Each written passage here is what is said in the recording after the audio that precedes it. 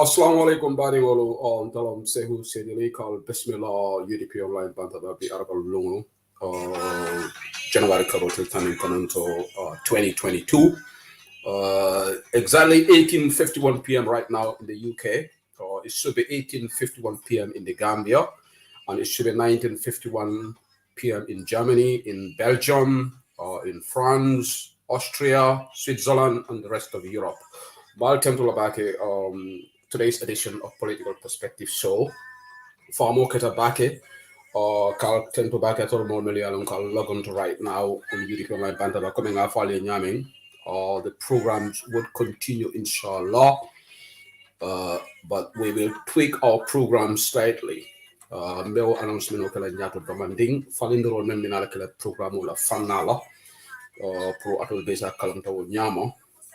Program that in Bismillah Rahman Rahim la bawo nembe koko kala sa dati ne mansa tala tola pro menani program men kala ten se dunga ko Bismillah Rahman Rahim la funda ko alhamdulillah rabbil alamin mena diamo men kala jang ase Gambia banko na fa United Democratic Party na fa ay Gambia dinkendol na fa melialon ko wolbe lorin tonyale kan hani sai mafo mol melialon ko wolmu konkilin na fa la leti wolbe la interest wala noma wol man to banko la interest noma mawol continue diamo kono bari be banku din kendo la melialon ko aketa nyawonya ibe lola tonyale noma to wat ka wol salute fonan ke duwaye bake ka duwan UDP nyaton ko le UDP alfal melialon ko batata nyim banko e kabring sanjim wonni worawla sai sanjim wonni lolu ni woro ibe baraka nyim banko e and hani sai be lorin dame be woleto ka banko din kandol kontom bake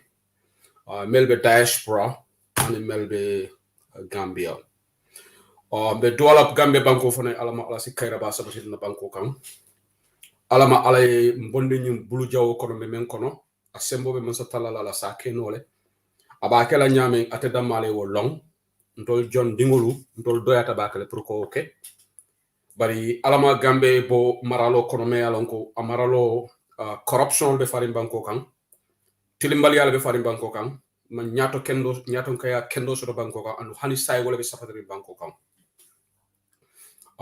me dola sabante fre wol fanay surtout nga fo nyamin wo masi bo ba min keta Bronx in New York na banko dingol mel bantaji si duwe alama alay namani kafor ke bake alama alay so arjana sen wala in fact nga expect nun ko Mansakunda be fende declare lanu ka for Gambia la national flag should be flown at half mast. Kabiri was tragedy in New York Mayalangu it affected Gambian olu bake melbo bunjang to Mayalangu dimba botaji alama alayso arjana senangola misango kontone la badi ngolia anin na journalist flow mel banta kununko ngaje ko Facebook rabe jiatol fana mi want to extend our deepest condolences to the bereaved families musanda anin pam Mr. Fall alama alayso arjana senangola ambe dualan national team for the Scorpions Melialonko Namira Thursday le la final game against Tunisia. Bao ya katabakele in Mali drawta. Yamurotune win.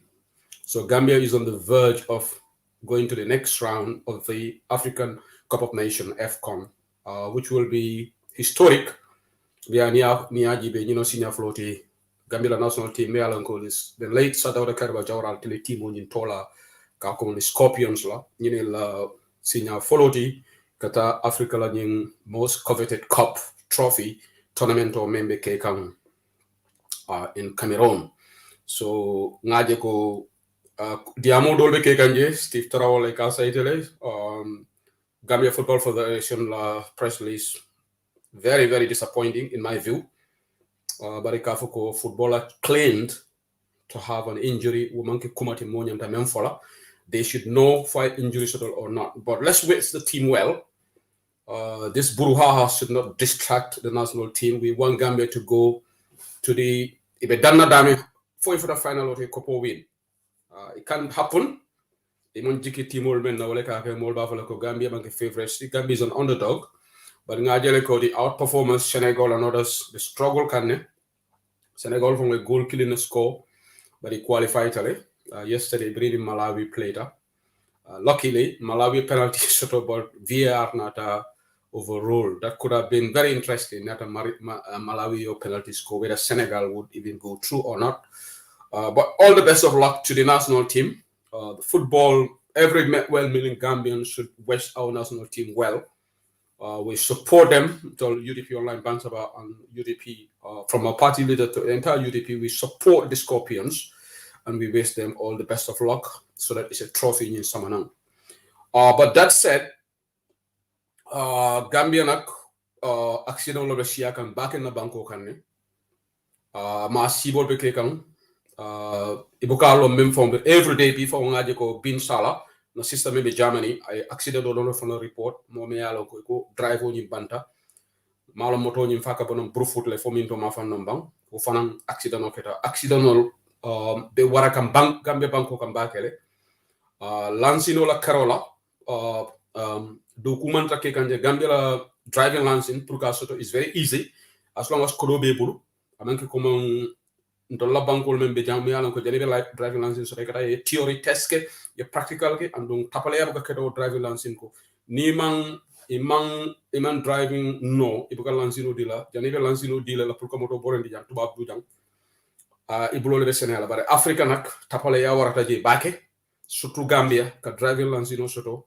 woni ko do be la poso kono doron in fact c'est la bunkono ye driving lansino soto imanta an example walakin could it be that wala na lansino board buffalo road conditional fana scenic system what for them better lot of permutations people are coming with all kinds of reasons why but one thing make clear to all into accident over a bat in the banko kanne ma sibo warata alama ala imbe tankala bao funding ke saya bere dimita but funding ke saya ti dimita bakele alama alay ntolme alanko wala hino to ay tujang alama alaya jamfandi mel tata fana masatalla se hino soto ila ay so ake argana multi masatalla sa nole ila dimbayal fana ka duwe masatalla munyo juso dila ba mo ila loved one ay boy idala suddenly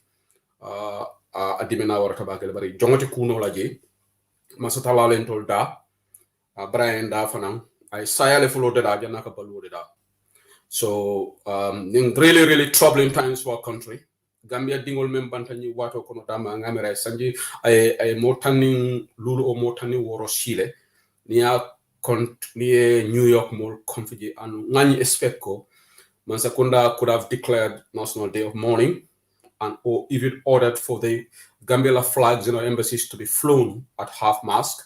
Ñene ñante kela but malo fa keta le faman ke bar mamra keta ngamena ñene ñante kela because men keta America tragic incident lom me alon ko pour Gambia dingol mo tanning kilimbe fa ñol at once dimbato man Sekunda ñanta wo kelale bari mamira yake bari Gambia bi tilo ni yakuma fo rek iko opposition yalom bari womantol move ndi plus plasto ntol ben opinion fo la comme platform dol ki la opinion fo ñam yalon ko ka UDP damale jawya Gambia banko len ka platform olje ke la diamo be ke ka United Democratic Party la ko le kisi ibuka Gambia man se ko la ko kisi way tan ko Gambia mu banko tarderi ngolati bawo man se kunda la ga namol kolek ni te ko te mu media platform oti 80-90% of itala diamo be nyanta talaman sekunda le bara imanyanna lola ka opposition la ko kisi nda opposition ni dañ dem si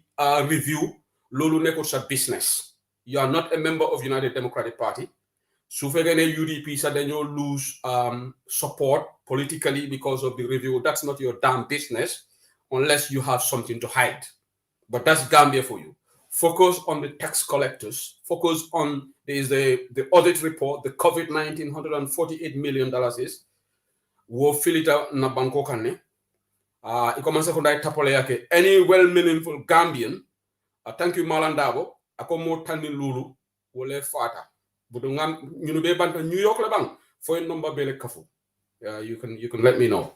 Because ngamara New York iko mo tani kilina banta wato, butu mangam fonga nyomba nyi sotal correct bang.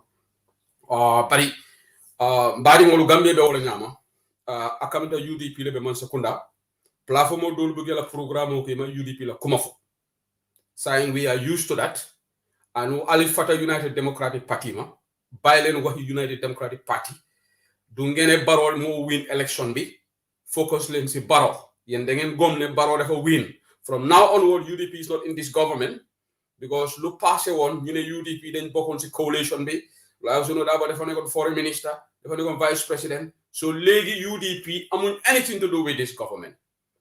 Please, can you do something for us and stop talking about the party in relationship to things that are happening in Gambia? Ñun suñu warugal la suñu nexé sax ñu dem to ICC, International Criminal Court of Justice. Dama joxe lolu example. Fu ñu nex ñu dem file. Lolu is not your damn business. Yow so bokkulo United Democratic Party. Te yow sa wax yen sen wax du tax tere UDP fu ñu bëgg dem ñu dem fa. We are an independent political party. We don't recognize Barrow as president of the Gambia. Lolu tax suñu leadership bi demon ci so-called inauguration. As far as I know, you guys can correct me. I don't know that Ben opposition leader dem na fa. Xamna ne Mama Kandeh demot. Why the other opposition leaders how man that ñom dem nañ fa because man I didn't watch it. I swear to the Almighty Allah, I didn't watch this inauguration. Because wax na ne dama ko setan. So video yi ma share ci suma timeline bi amna kuma ko yoni WhatsApp. Barrow was mu ngi way yefi mandaraga dafa xam nga Barrow ñorot. Momu ñep xam nañ ne Barrow ñorot mom yaga na ko wax Barrow mom futa ngalo na ka mom futa bari nga mala kayto la jaxase ka bulu so modole o video kinyana I couldn't help myself but I posted it on my timeline but I didn't watch it and I saw one of their supporters abe complain kan ka kerfa to blame ako kerfa to stadium modulal boni so I saw the comment and I saw one NPP sympathizer saying no but this is the image. Let's alinga cool analyze nga safero ko bi na Facebook auto tonya wallahi tonya abuka nukung Adama Barrow man December 4 2021 election ama win meta nyim folali yenne kabrimbe Gambia nga nyim fole mbe Gambia le ntolbe Gambia le bri electoral kontita and I think the IEC guys they should bury their heads in the sand. This is an embarrassment to the IEC. What happened today? The worst inauguration in the history of the Gambia. This is the worst inauguration of the president so-called president kabri Gambia fonso stadium mo stadium am fa you cannot explain that.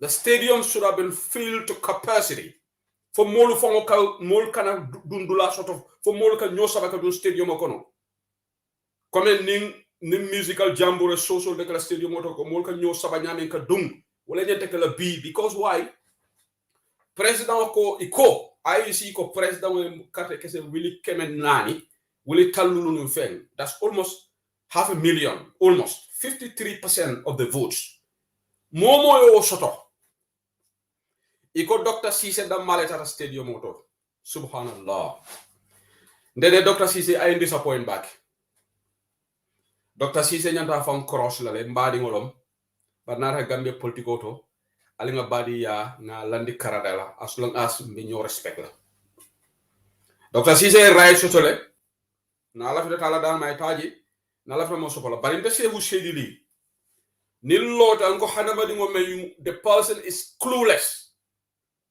ha ci hante de sambalante nga nak ministre ti wala government wote tele clueless ta wo mariti bi ninde ko Musa Sedi clueless ta Musa Sedi yende muta en kala ministre ti mbakoto because nimbe Musa Sedi koto I'm answerable to Musa Sedi I would be answerable to Musa Sedi wote tele clueless ta Musa Sedi simple as that palasi ñino man jere hadama di ngoy la foro ya wafi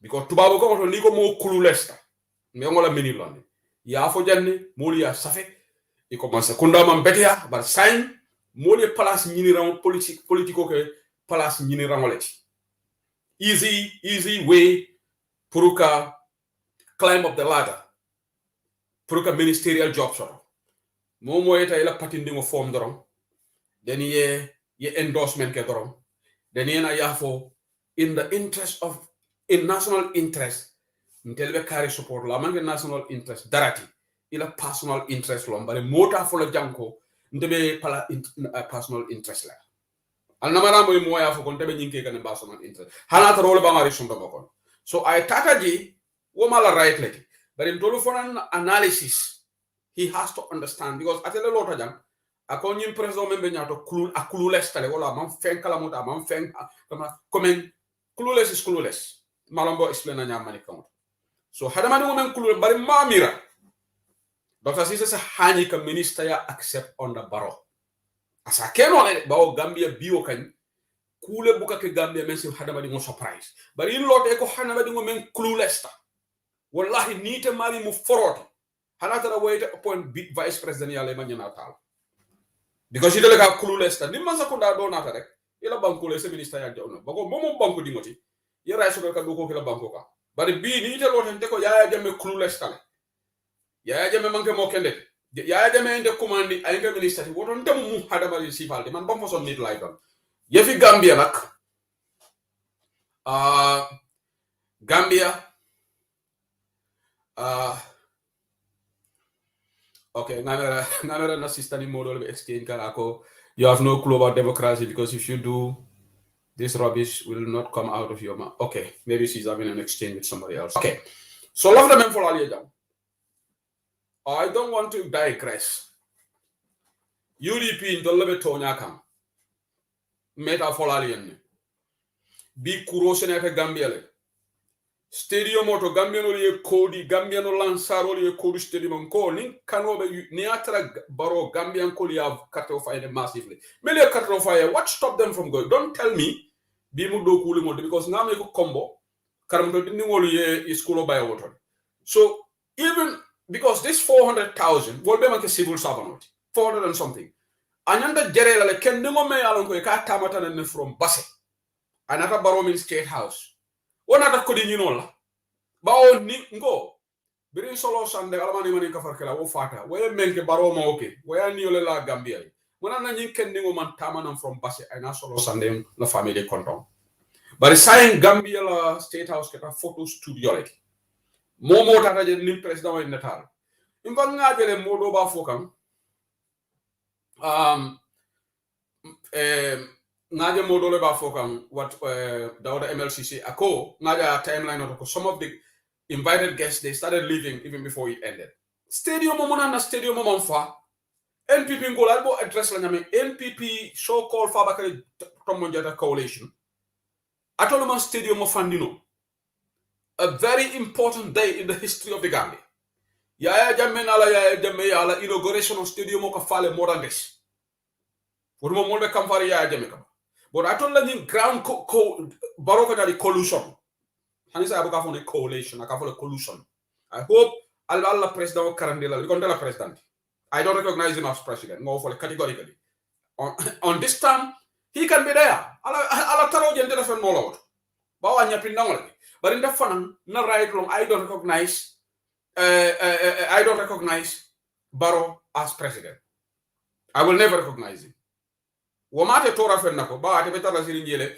Ndobana la dimbaya danila.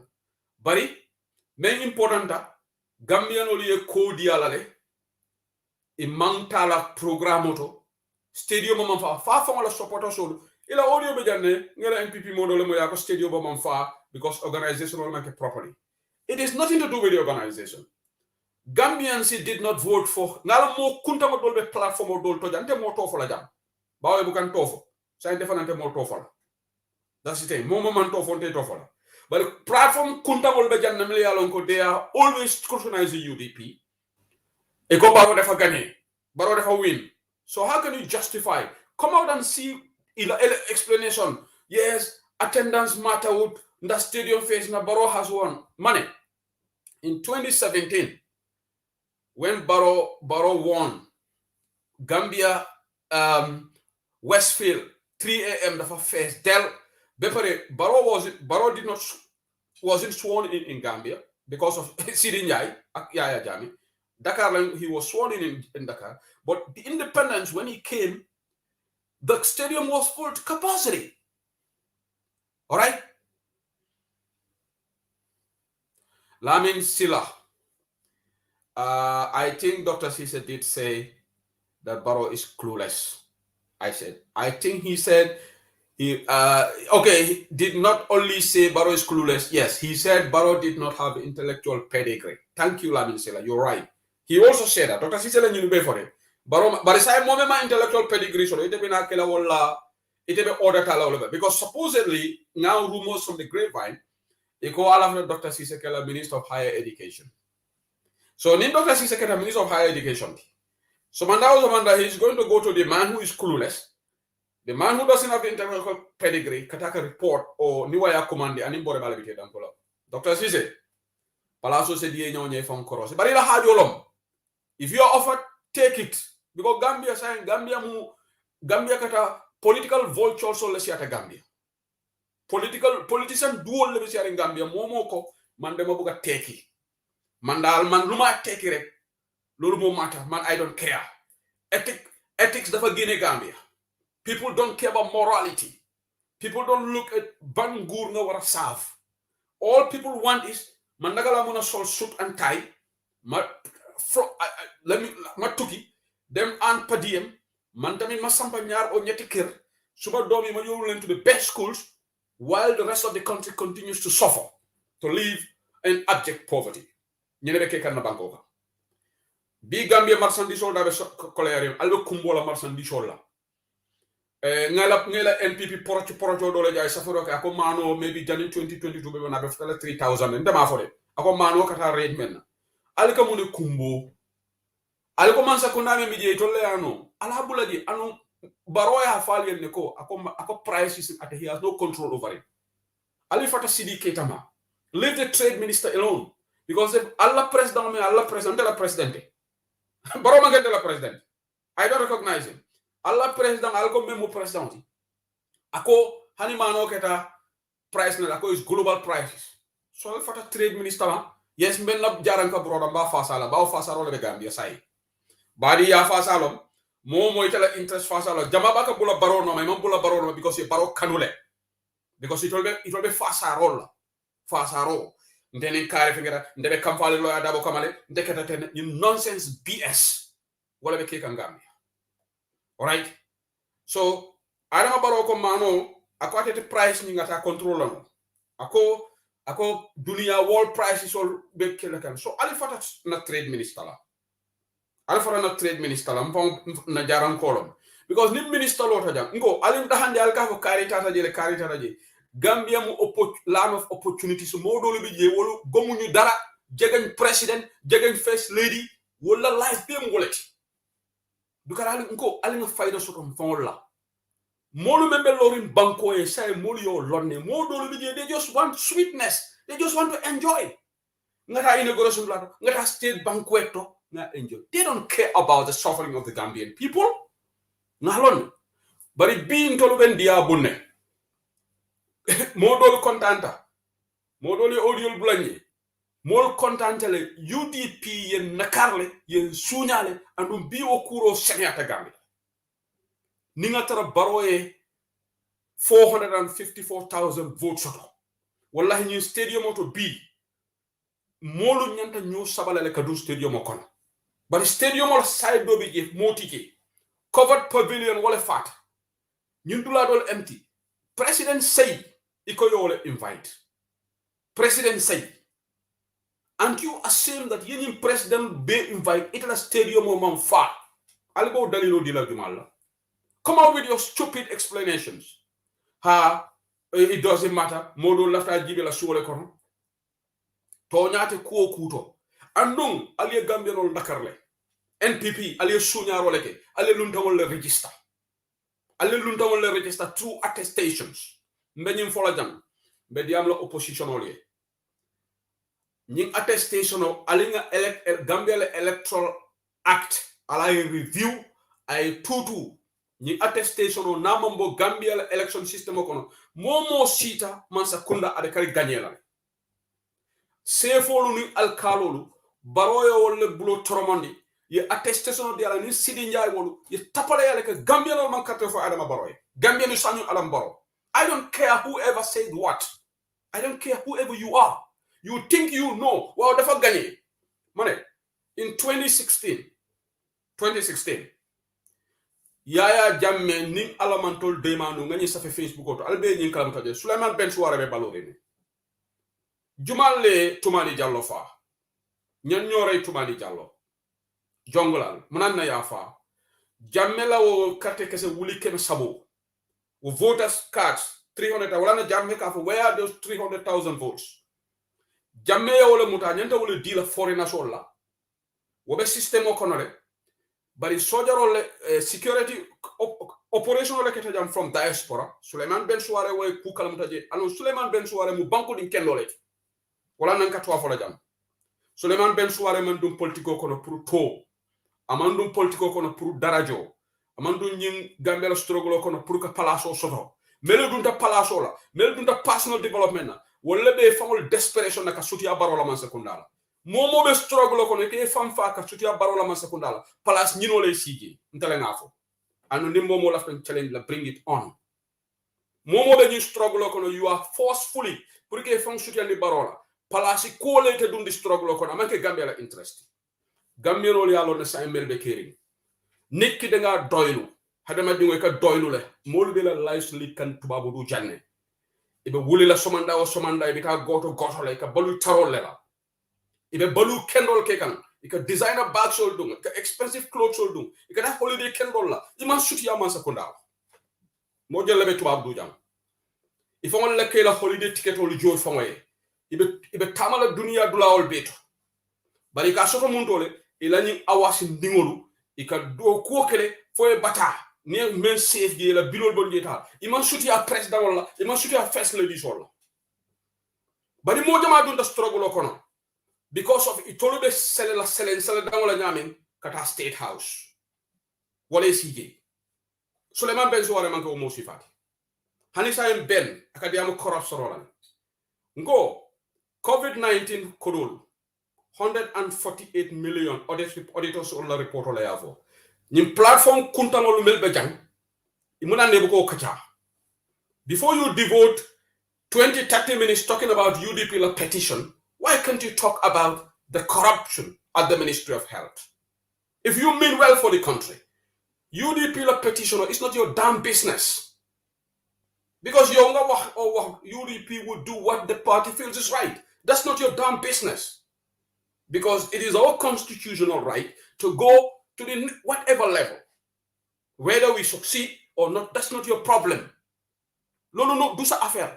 Dafa mel ni man tey fu geneen nit def ma tooñ man dama gëm ne suma constitutional right la suma bëgg a dem court yow loo ma mën a tere may dem court even soo ne yow da nga feel man lu may dem keneen du ma njëriñ loolu du sa affaire. Talk about national issues. Talk about the COVID-19 corruption. Talk about the cocaine issue. Legi cocaine dugg na Gambia. Is it 7 or 8 months? Ben Suare mu ngi bind updates every day. This cocaine thing, Banta Keita. Who is Banta Keita? Platform yoo xam ne ñoom seen wax yépp dañ ko jublu si United Democratic Party waaye ngir yàlla ak yonent bi bàyyi leen wax United Democratic Party fu mu nekk nii du ngeen ne gaay Barrow daf ñu daane election Barrow daf ñu win. Why don't you focus on Barrow now?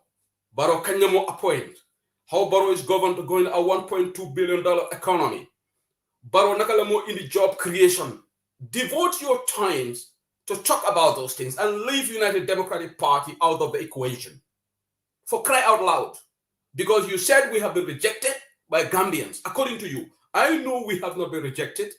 The election was stolen from us. Lolu leer na tay. Lolu leer na Gambians yëpp gis nañ ko. I gave an example. You know, in 1993, MKO Abiola, he won election in Nigeria, 58%.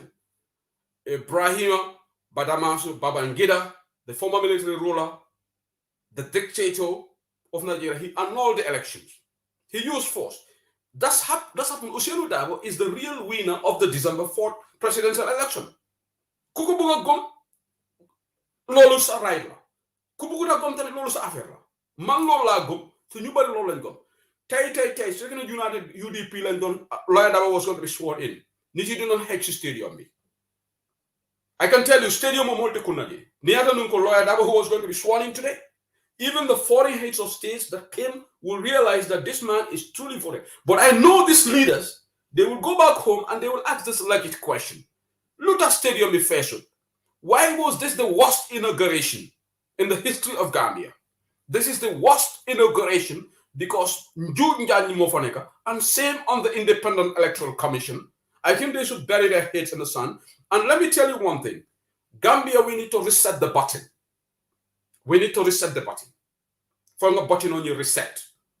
In database member IEC, if it is not wiped out, there will be no free and fair elections in the Gambia. Take this to the bank. Yaya Jammeh was winning elections through the same way. But 2016, you know why Yaya Jammeh had the confidence? Promote that spot counting. Because they yakar on those 300,000 votes. But nyom Tumani Jallow, nyom them laka votes. That's why Yaya Jammeh sent his junglers to go and kill Tumani Jallow. Tumani Jallow, nyom nyo korey. Tumani Jallow, nyom Ben Suare, nyom nyo def strategic operation pour ñu dem laka voters cards yoyu. And we want to thank them. May the soul of Tumani Jallow rest in peace. Ñom Sol Badji, tay mo xamne tay mu ngi dem court. The very evil. Lord, am na ñu nekk Europe fii. Same on you guys. You want to put yourself as moral ngeen da ngeen nekk APRC. Yeen da ngeen na defend Sol Badji. Doomu rew bu baax dina defend Sol Badji. Sol Badji doomi ñu rey Gambie xana ñoom amuñ bokk. Sol Badji on the directive of Jammeh killed a lot of innocent lives. But there are people in the UK here. There are people in the Western world, and they want to defend Sol Badji. Sol Badji cannot be defended. One thing though, I agree. Barrow nekut nek ko jub. Te ko and ak Barrow rus rek lo mo la fek. Ndale nga ñim fo. Mo ni Barrow tata. Wallahi malo damale ni satla ji. Take this to the bank. Be albe content ring. Allah sama malo is going to come. You're going to stop it. Because Barrow manke mo kendeti. Ntebe lori ndame be lori woltade. Adama Barrow man kende ya. Adama Barrow se aji yam sek jamfano nyame atulu ase koratolu jamfala. Ajaratu yam sek. Wole Barrow la application safaye. Bi niaje bi nying pa jan mo furi mol bebe suti ala Adama Barrow la. Aji yam sek 2016 Akele Adama Barrow encourage Adama application of Sapphire primaries. Where were most of you? Today, I am sec jamfa file, I will buy an official con. As a corato jamfa lato APRC. Allah Malo is going to come and the days are numbered. Go start with the Sol Baji saga. I'll start a kafo because yalamunam almal lafin tolunga gelal tema barantol geletale fukabam alba fokan ko ha baro has no control over justice. Baro te fenkela no nyinto wo mu malu fasa jaroleti because you know what, APRC lani so-called executive, they assault Sol Baji and the co that is in Gambia. That's why they facilitated their trip from Equatorial Guinea to go to Senegal and to come to Gambia through diplomatic channels. So Nalma assurance from Barrow, you think Sol Baji would have left the soils of Equatorial Guinea? Today he is in mile 2, in the filthy cells of mile 2. You tell me Sol Baji would have preferred to be in Equatorial Guinea.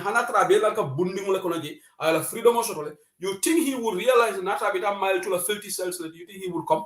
Almol dahandi APRC kol mele alon kalbe diaspora jan dolu bije albal fankela mo kendoti mo ka mo fala support itena na te kende ya ese famol nengo diandi ali al fanke mo kendolti wo martin alizala yalla monon problem oti Sol Baji, let him face the law. The thing that I agree on, all right, men important to all on Yuntiko. Say who darame men ka fonyoko move on. I will block you if you tell me that nonsense again. I didn't force you to come here. If you move on, that's your damn business. Don't ever comment and tell me what I should do. Stay in your corner, all right? Let's turn the page and work for the nation building. Go and help the nation to build. That is your y'all idiot all shit about Gokani. You cannot tell me. Aliamira Sunyaro Kelele Gambia move forward. Sunyaro Nakare, Akata Dawa Banko Bukata. Biriya Abiola, deny of his victory in Nigeria. Nigeria went through a lot of turbulence before Nigeria is stabilized. Because Nakarole Keta, Abiola victory, they stole it from Abiola. Nigeria went through a lot of military coups. Because Abiola was denied of his victory. Right? Eventually, a fight. Right? This is the thing. Let nobody come to this platform and to tell me what I should do. I came to Bantaba to speak my mind. If you don't want to hear what I'm saying, please exit. It's not a force to listen to me. I don't force anybody to come here. Don't tell me it's your democratic right. It's my democratic right to tell you my opinion as well. Just like you have the right to tell me, I have the right to tell you something. But it is rude, it is condescending for you to come and tell me what I should say on this platform. What you can do is to go away from the platform. Sol Baji wol kukilin nebe ila palar fasaro. What about DG Show? Nga information on mensoto. Iko baroko DG Show will be untouchable. Well, we wait for the TRRC. The recommendations are out.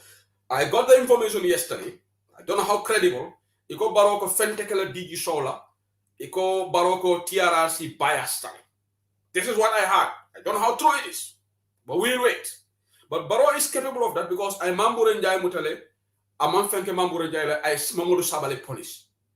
So now they are policing, they are taking Sol Baji to court. And Sol Baji needs to be taken. Sol Baji needs to face justice. I'm very happy that Sol Baji has been taken to court. Let the due process of the law take its course. He's been accused of having hands in the murder of Ibu Job and Alajimamu Sise, law of people.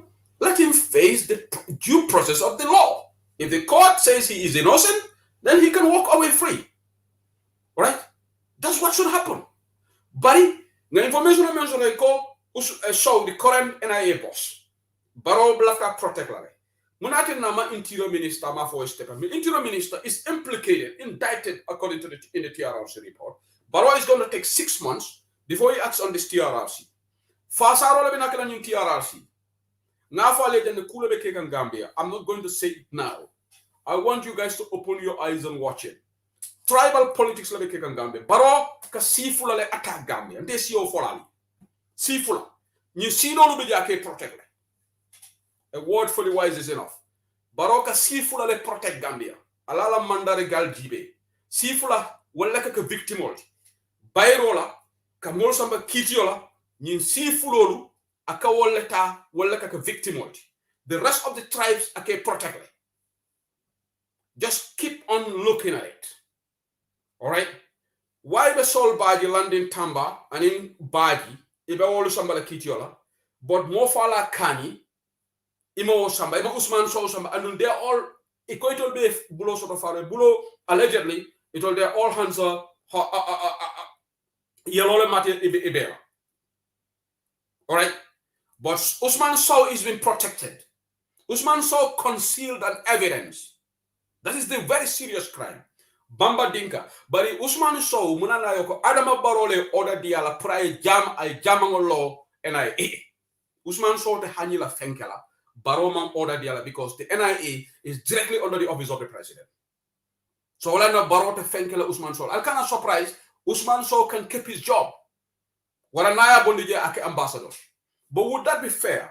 Would that never solve Baji Sambala yo kit India Usman Sow today? Yes, Usman Sow imafa e molefa, but he concealed an evidence.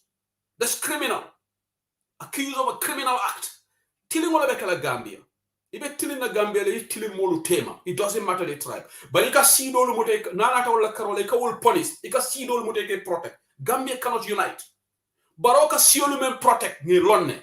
We would mention the tribes by name when the time comes. I'm not going to talk about it now. I have made my investigation and I have made observation. Barrow is doing tribal politics in Gambia. Two major tribes are only victimized mainly. Sifula are only victimized. Sido Lubidi are only protected. But I am not going to talk about this now. I want people to observe and look at how this thing is going to pan out in the Gambia. And we are going to watch it. This nonsense we cannot accept in our country. And we are not going to give up. If you think we are giving up, you are making the biggest mistake. The amount of opposition that make a Barola this life 5 years, this one will be more intense. No opposition, brace for yourselves. We are not going to give up. Barrow is not good for our country. It is Sol Baji Sambala prison. Now they want to equal after Sol a lawyer in Sol Baji Mutaji for another 2 months while they work more evidence. What about Gorgon Bob? Look at Gorgon Bob Damot Mile 2. Gorgon Bob implicated. Gorgon Bob Landla. Gorgon Bob implicated in Human Rights Commission. Gorgon Bob is being protected by Barrow. Why? Look, Hana Gorgon Bob more gen Sol Baji. Gorgon Bob more Granaka Gambian than Sol Baji. Why is Gorgon Bob being constantly protected? Why is Barrow protecting certain tribes in the Gambia? Why? Ben tribe, genu ben tribe. Hajalo warta nek suñu digante. Ñun we will say these things as they are. Because man follow ma Adama Barrow, buguma ben place Adama Barrow, I can live a decent life without even getting a handshake from Adama Barrow. Am na ñoo xamne nak gomuñu sen bop. Ñom dañ fogne for them to excel, they have to get closer to the corridors of power. Not some of us. Lan moy dem State House. Lan moy dem State House in Gambia. Man duga na Palais de Independence of Senegal. So ma demé Senegal sen Palais de Independence. Joxante loxo ak Ablaye Wade. Ablaye Wade is more important aduna politically than Adama Barrow. That's a fact. All right. So lu may kosul pour dem jegin Adama Barrow. Them na South Africa, I shook hands with the late Nelson Mandela. Internationally, Mandela more gonna important Barrow. So what if I shook hands with those people? What am I going to lose from not shaking hands with somebody like Adama Barrow? I don't care about Barrow, and I would oppose him because he's not good for our country. It's not good for our country. But discrimination, the TRRC report, that will show Gambians who truly Adama Barrow is. Because information that I have, he doesn't want DG Sow to go. Luther. And our DG Sow more Gananeka Gambian than Sol Baji. Sol Baji, yes, Turam Neko Sol Baji, Karafa Bojana, Hamo Karafa. He changed his name to get employment in the army. But Sol Baji, yes, definitely crime. Ndax Gorgin Boub, she's not implicated. Nyata nit ñoo rey. What about Oya? Oya Jongolal. He's working scot-free in Gambia. If you want to take Sol Baji, what about the other people who also committed the same crimes? But then I'm President bu Jubadi. President bo xamne yefi tribalism rek la gom. gëmul dara dafa indi xaajaalo looloo tax bu ñu doon saaga soose yi fii waxu dara loolu moo ko neex he enjoyed it moom ak campam bi ba looloo tax tey yàlla daf ñu woon ne ku sàcc election wallahi àdduna bi yëpp Gambien yëpp this is the most boring inauguration and there was a lot of hype about this inauguration loolu tax ngeen invite 8 heads of state from the sub-region ma gis Madi Jobaate sax mu ngi bind na one of them Togo seen président bi mu ne kooku warta ñëw dëgg la kooku tam beneen dictator la kooku moo toogoon fii 2017 Gambia bu ne ñu ne dañoo def term limit ECOWAS Togo voted against that soo gisee Gambia amul term limit ba léegi yàlla ak Togo kooku noonu lu ma aussi suñu inauguration bi seen inauguration bi ko ma mbokkuma alright waaye Madi Jobaate lu mu wax dëgg la Gambia dëgg moo nekkul Gambia yëfi naxante moo nekkul Gambia Adama Barrow did not win this election yes def ko ñapping kan looloo tax yàlla dinañu àtte ak moom looloo tax tey just watch this video you will see at the inauguration tey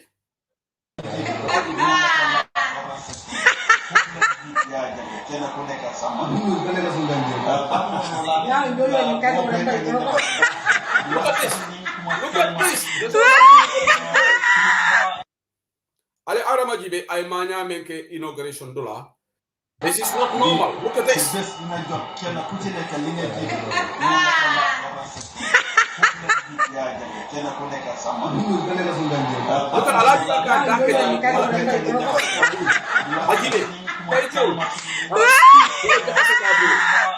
This is crazy. This is the president of so-called president.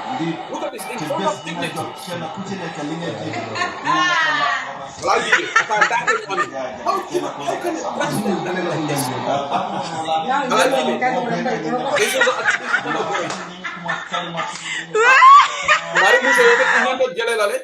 Mari Muso Nyanta Jarala Alajibe, look at his Amanya Jibe.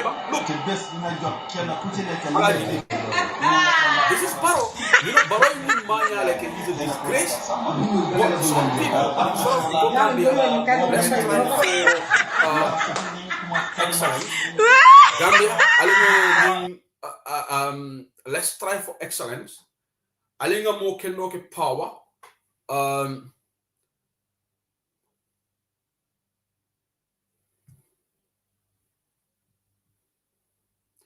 Okay, I think maybe platform on your freestyle. I think just let me know. Then I will reconnect. Okay.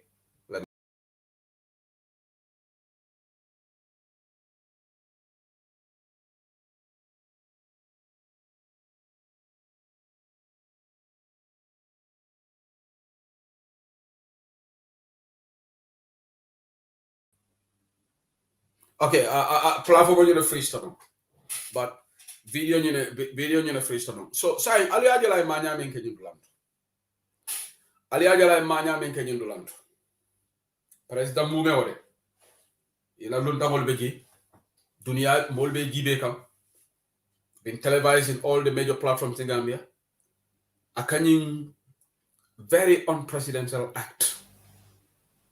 Ayakeji. Nye Gambia le Malundi. And this is not funny. Macky Sall te behave la thing. Ghana la president te behave la thing. But the man is not fit to be president. About funne force kanji. Janinga meka fo yalla moko fa tek. Yalla mo tegon fira ona de mu neka njit. Yalla mo tegon Yaya Jammeh de. Yaya Jammeh hana seytan mo fa tegon. Pour mo rule ni. But we oppose him. Hana yalla du mo yalla mo teg Yaya Jammeh. Waaye Gambian nag ñun nañ foog ne ñun rek ñoo am yàlla Gambian wax bu ndaw rek yàlla gaaw nañoo tudda yàlla nag yàlla pour aduna bi yépp la pour doomi adama yépp la yàlla moom rahman rahim even ñu ko gëmuñ sax yàlla moom dafa yërmaangam dina àgga si ñoom waaye Gambian nag kenn gënut a gaaw Gambian yàlla lii destiny la yàlla moo ko def yàlla moo tegoon Yaya Jammeh fa de kon lu tax ñu xeexoon pour Jammeh dem ndax du seen yàlla moo wax ne Yaya dafa nekk président du suñu élément yi dañu doon rey fii ne Yaya Jammeh de moom nit ku yàlla taaju lifin kenn war ko oppose imaam yi wax nañ fii de waaye reykati nit la woon pour nga nekk président minute ne bonuloo Firaona was evil Hitler yàlla moo ko fa teg de Germany waaye def na tafaar de Saddam Hussein yàlla moo ko fa teg de waaye def na tafaar te Gambia nag wax Barrow du dee rey nit mun naa bon te du dee order nit pour ñu def arrest ko tribalism lu moo def Gambia tey they have started sacking people in the civil service ñu ne post authority ñaari doomi réew daaxal nañ leen because ñu ne ñooñu dañu support UDP waaye ñaata nit ñoo nekk si système bi police yi sax waaye Ablaye Sagnang te fen na fenti IGP atele ñoo IGP fuuri mo fo mo man soto Gambia Ablaye Sagnang is the worst IGP. You know why? Kabrin Gambia ha fonga soto police lu hani Yaya Jammeh gagné wato men ndama na ko Gambia police force ye APRC la victory celebration o yakele ntana mana moyi nali ya moyi ala fonni this irresponsible IGP so called IGP ama malu ama sila akateka MPP but that's not going to save your job. Barrow is most likely will replace you because even you just want to secure your job. Yen gomulen dara place rek. Why should the Gambia police force, which is supposed to be a neutral institution, because police, nyari domi Gambian am issue, police know them conduct, maybe effect an arrest, crouton, and they think they have sufficient evidence, you charge go, court preside over. Police, they are supposed to be neutral. Same on the Gambia police force. Gena them celebrate and I'm right, so them book support MPP. Why what when go on just like civil servants. But the Gambia police force, Rusun, Ragalan, they went to celebrate MPP's victory celebration. This happened under the watch of Ablaye Sagnang. Ablaye Sagnang, it is a fend. It is. And no neighbor palace also. Let me tell you one thing. It is respect like from it is from same moment respect. It is dogo IGP like. It is a fend. Ye moment succeed the late IGP, Mamojo. Anamala nyinke. Ndolko criticize Jammeh, but it is cool menke under your watch. Ablaye Sagnang. Same on you. I told the Fenty. I told him yen gomulenda. Gambia no fongo palaso muta muneti. Ndeka nyininka. Gambia dingo ye mansakunda palaso muta muneti. Molwe balunya kendo la dunia kono. Imantara mansakunda palaso. Molye respect su dunia kono imantara. Ye momo ke IGP. Ye momo ke ministati. Ye momo ke directorati. Oka fanne fawo palaso. Why? Right? So this is the equation. Okay, let me block this idiot. Okay.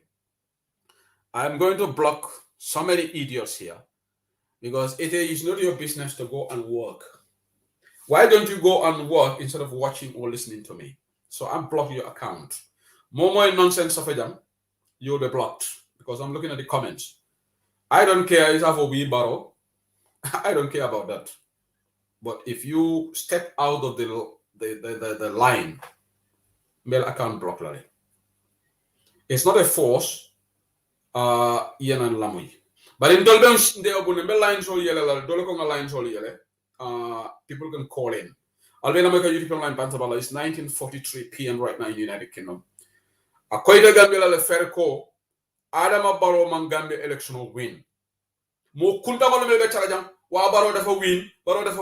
How you guys want to be gullible? If Jammeh was declared victorious in 2016 with those 300,000, the same people would be here thinking as why Jammeh dafa win election because IEC. So whoever IEC declared victor dafa win. So, and Jammeh was going to cheat us with those 300,000. Yalla ak domi roiba. Barrow used those 300,000 attestations la Barrow def. Registered over 300,000 Gambians.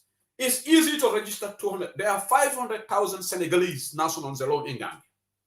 All right. Okay? So this is the problem. Barrow defa jubadi. Barrow defa such an election. You can go and believe that he won. He never won the election.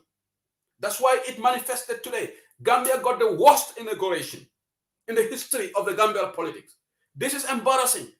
8 heads of state, a small stadium of 25,000, you could not fill it to capacity. That's embarrassing because Gambians did not vote for Barrow. It's clear. And none of the opposition leaders went there apart from Dr. Sise. I don't know the Halifa Salah Demna because I don't know. Man, go to Mako. But I know Mama Kande did not go. Thank you, Mama Kande, for not going validating inauguration of a fraudulent election process. Thank you, Mama Kande. We are very proud of you. Thank you, Lawyer Dabo, for not validating a fraudulent election process. But the president Ganyawut, I don't care what IEC chairman said. The election was fraudulent. There was massive registration of foreigners to attestations.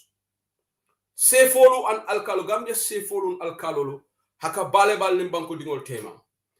Listen, if you register 50,000 in every region in Gambia, foreigners, you got what? 300,000. It's easy.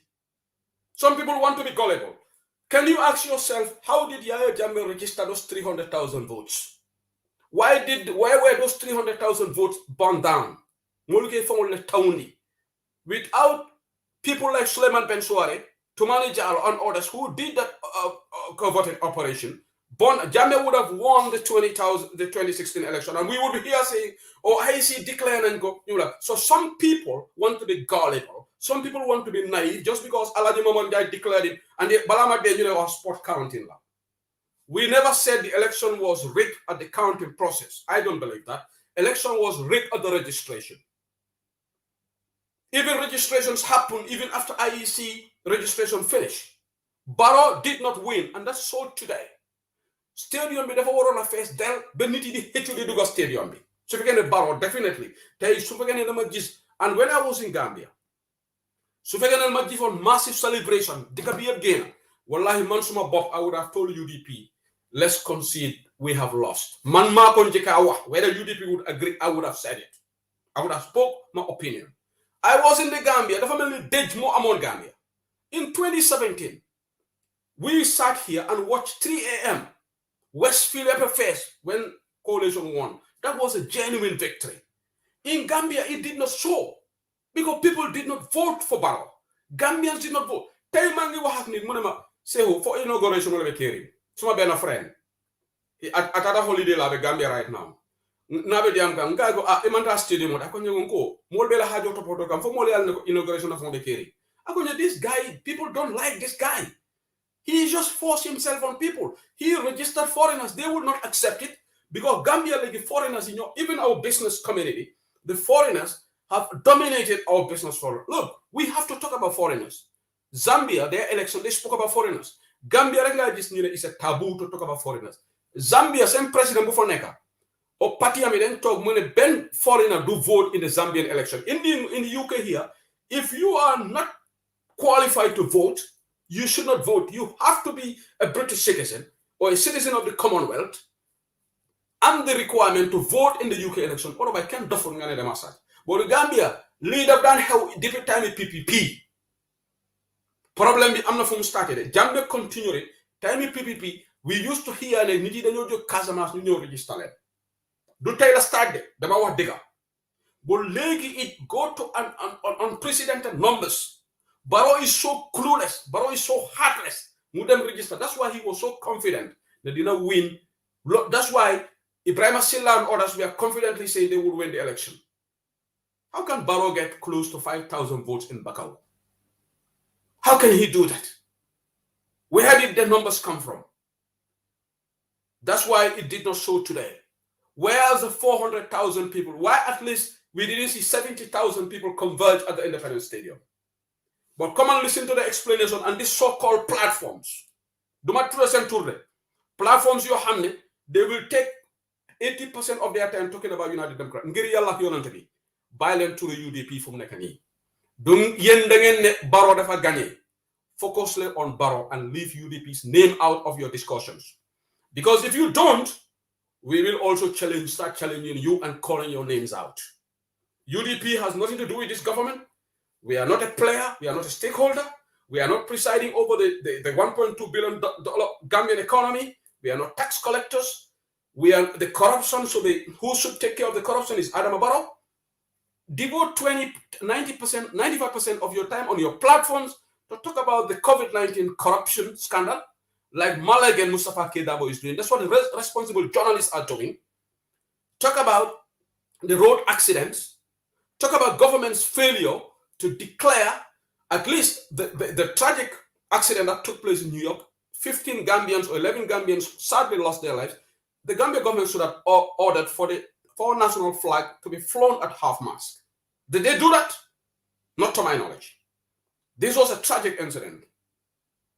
The irresponsible president should have done it. And just yesterday, just 2 days ago, 2 journalists lost their lives. But why should that surprise anybody? Because off the shores of Mauritania, Gambia boat, the boat capsized. The next day, Barrow did not cancel his Meet the People's tour, and then Jalibaku had a plate there. So thousands and thousands of miles away in New York, you think he would? He would not. The guy is heartless because a responsible president, 17 or even 10 of your nationals died in that tragic fire accident. You would have called for national mourning, ordered all the flags in Gambian diplomatic missions abroad to be flown at half-mast, the Gambian flag at State House to be flown at half-mast. That should show respect. Did he do that? He doesn't think like that. The guy is clueless. Just look at how he behaved today at the Independence Stadium. Ala speech kaito le gunta bulu nyoko na mafon comport no in French of the tape. But for other platforms, ngir len bay len ñun ak suñu petition. We can go to ECOWAS, we can go to UN. That's not your damn business. Whether UDP file a petition, talk about more important national. Because you're not going to UDP, I'm in case. The election results cannot be overturned. That's not your problem. We are using our resources. We are paying the services of our lawyers. We are not paying your service. Why don't you talk about the pertinent national issues of the country? Why this is not Nikki? I'm not know so why you know then dama ban UDP. Da ngeen ban UDP nak do len ko admit. Xam nga kenn du wax ne man dama bañ nit. Even tubaab yi ñoo xam ne dañuy raciste da ngeen day gis ñu ne man dama raciste. So leen bañee UDP ñun xam nañ ko because UDP nekku si nguur gi but same time bi yëpp you want to devote to talk about United Democratic Party. Why? You don't talk about Barrow. You don't talk about the corruption scandal at the ministry. $148 million is like juuj njaaj COVID. Guy nekkuñ di wax loolu seen timeline si. Why they will be talking about UDP petition. Why yan dega nak yan dega dislike UDP. Because to me, $148 million is such a rankesi Gambia with all the problems, the dilapidated condition of our hospitals, with all the challenges that our health sector is facing. Lord, I'm looking at people saying we should raise funds for the mortuary.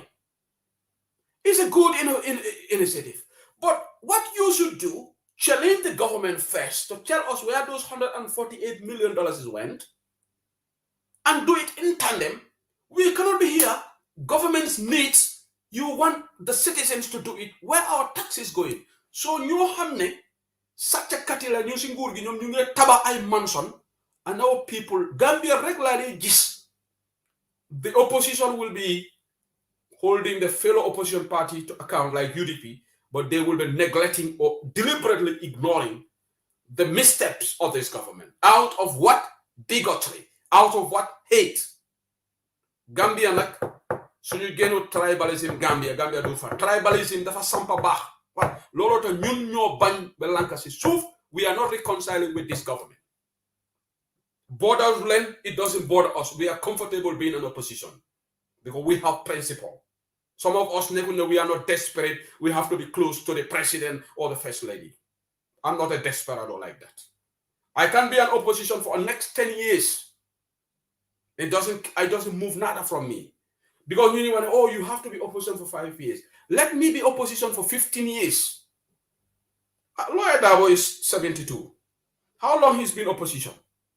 Even if I am opposition in next 10 years, I would not be 72. Am I better than Lawyer Dabo? No. Lamin Dambudiba, Alamane Manikafarke, ala life big opposition yalla. For the minister. All right? So this is the thing. Ablay Cissé, man tuduma tudu ken fi because dunde tuda suma tur. Ku tudu suma tur duma tur. Why? You know, iko kumo mun insiri moleti. Ni momo ka UDP kumo al UDP ko landi. Ale nyin nonsense bond. The UDP is not in government. Barrow is there with APRC. Talk about the Grand Coalition. From moving on now, take our names out of the equation. Because if you constantly talk, then we will know you have an axe to grind with UDP. Before UDP was a key player in government. We can understand. But now UDP, you said we've been defeated. You said new answer. Okay, Ibrahim Chongan, lies, ja, blah, blah, blah. What is that? Okay, so this is the issue. Alinga na banko je. But I don't know whether it's the same Chongan, my brother. All right, anyway. But, tay luman nehla Gambia, I'm content because we are vindicated. Mesire na konato, me jiberola, dega moy muje Gambia nak. Wallahi yalla dinañu ati ak Adama Barrow. Lolu du inshallah yalla dina def lolu. Let him enjoy now. Let him feel that he is the man of the moment. Jammeh felt like that before. How did Jammeh end up? That was the time Jammeh was untouchable. People did not hit your project and Jammeh. How did Alpha Conde end up? Alpha Conde was also rigging elections in Guinea. Constantly, Guineans fought hard. Guineans did everything. While when the help of Allah came, victory came for the Guinean people. Yes, we don't condone military coups. I don't like what happened in Guinea. I want Guinea to transition peacefully to democratic rule. But sometimes in Africa, it is inevitable. That's why ECOWAS is in shambles. That's why they cannot even have authority over Mali. That's why the Malian military ruler is disrespecting ECOWAS. Because ECOWAS leaders new body hypocrite, man. The leadership of ECOWAS, that's why ECOWAS is in a mess. You don't see this happening in SADC, South Africa, Southern Regional Community. You don't see this happening in COMESA, that is the Central African Republic. There's a lot of relatively calm stability there, but all this mayhem is happening in West Africa because the leadership, they are not right. Why can't they impose term limits on African leaders? Barrow came and reneged on the promise he made to even the world, and ECOWAS leaders are happy about it. Barrow rigged our elections. What is happening in Gambia is wrong, and this nonsense cannot continue. It will not continue. All right? It has to be fixed. Gambians are going to fix this. All right? It cannot continue. That's why some of us contemplated of leaving politics, at least talking on Bantaba. When I was coming from Gambia, I discussed this with somebody very close to me, whether I should carry on or not. But after careful thought about this, I said, you know why? I will not abandon my country. Because we have got corrupt people at the helm of affairs. Barrow is corrupt to the core. Look at Abubakar Jawara. Tapalela, businessman with Tapalela. He is in this petroleum saga. We have sent the secretary, Khadija, came out and made damning revelations about Abubakar Jawara. The cocaine scandal, Barrow is not going to look at it. Usman Sow should not be in government. Yankuba Sonko, the interior minister, should not be in government by now. Why? He will go after certain tribes. Manmako wa. I'm not going to regret this. Kumabuga challenge, bring it on into neutral platform. We are watching.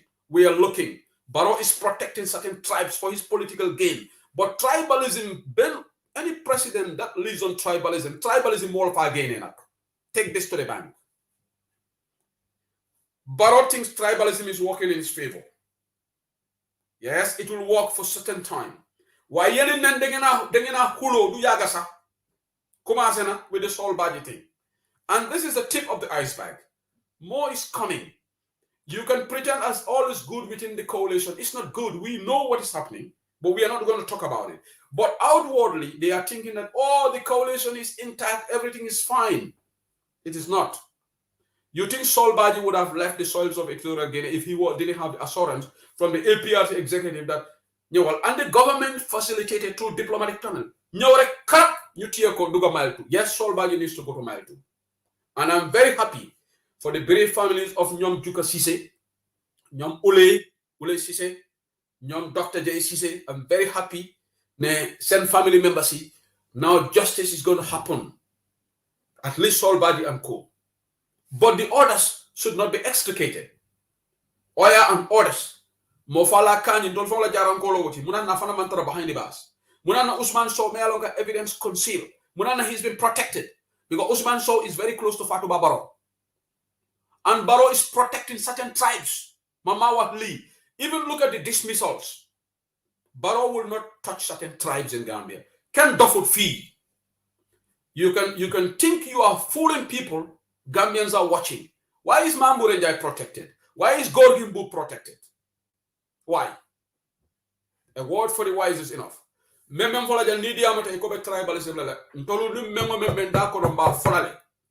If you see me as a tribalist, that is your damn business. Alright? Because if you point finger at me and call me a tribalist, I can equally point my finger at you and call you a tribalist, and then we'll be equal. Alright? But I know Mandinkas are being victimized in that country.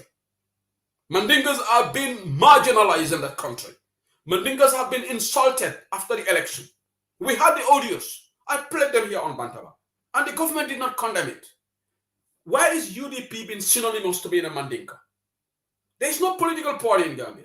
UDP is the only one that is being called a Mandinka party. But you will not call GDC a Fuller party. You will not call APRC a Jola party, even though we know majorities of the people, Jolas, is their right, support APRC. Fonyi is majority Jola. There are not only Jolas in Fonyi, but APRC won in the parliamentary elections only in Fonyi. But they have never categorized APRC as a Jola party. And APRC is not a Jola party. GDC is not a Fuller party. But we know Mama Kande in 2016 won in Fuller dominated areas. But they don't call GDC a Fuller party. Why this garbage, why this nonsense is lingering on the heads of UDP, that UDP is a party source? Because of Yefi Banyante. Lala source Deflen. What have the Mandinkas done to you? In fact, our Mandinka Kebalu, I'm going to say that here. More new bata doben kan na kebal la betia balaya simola. Wotumo na Mandinka Kebal nimmen natarek, luntongo natarek, ye keno dila. Taxi ñu may la jabar so defo nan ye boka nga fo le janko amul ben head Gambia, and I will repeat that here. Could they go out of this circle of hetam, this taka, more than a Mandinka? Amut. They cross intermarriage. Puru taka yene heti. Mandinka nyoko de def than any other tribe in Gambia. But why? All right? So this is the problem. Tribalism has no business in the country. When Jawara was there, this thing was not there. But Barrow tried to amplify the tribalist message because he thinks politically that will matter. Mandinka is something they has then they take a more order hetty. Why? Because of we don't see tribal man. Jusomane say the foreign yefu tribe the foreign boka. Niki so buga ni hetam negofa. But there are certain tribes who are very protective. They marry within themselves. Money. Let's leave the sleeping dogs to lie. Let this tribal nonsense stop in our country. And the leadership is the one that should stop it. Barrow is not talking about it because to him, it is something that is working in his favor. Because they see Mandinkas, majority of Mandinkas support UDP. What's wrong with that? All right? What is wrong with that? If 90% of Mandinkas want to support UDP, is it not their constitutional right? Majority of the Wolof support Halifa Sallah. Even look at Facebook. Look at the supporters of Halifa Sallah on Facebook. It is their right. But they don't brand this Doi as a Wolof party. But they comfortably sit in their houses.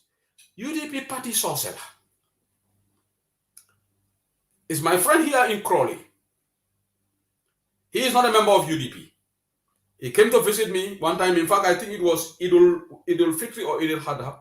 We converged and then we were celebrating together as families. Ako nyego se hontala best friend abe banku dole te mala fi o banko fala. Ako nyanna be kachala. Akay ko mona nete boka UDP so akay ko UDP ham nga UDP party source. Ako that day he was shocked.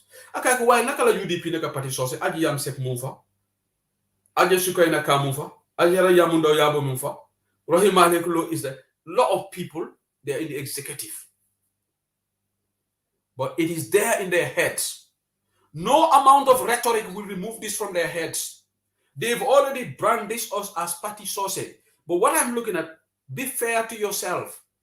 If the fact that majority of the supporters of UDP are Mandinkas, if that is your barometer, then can you? Why wouldn't you call GDC as a party fuller? You DOI as party Olaf?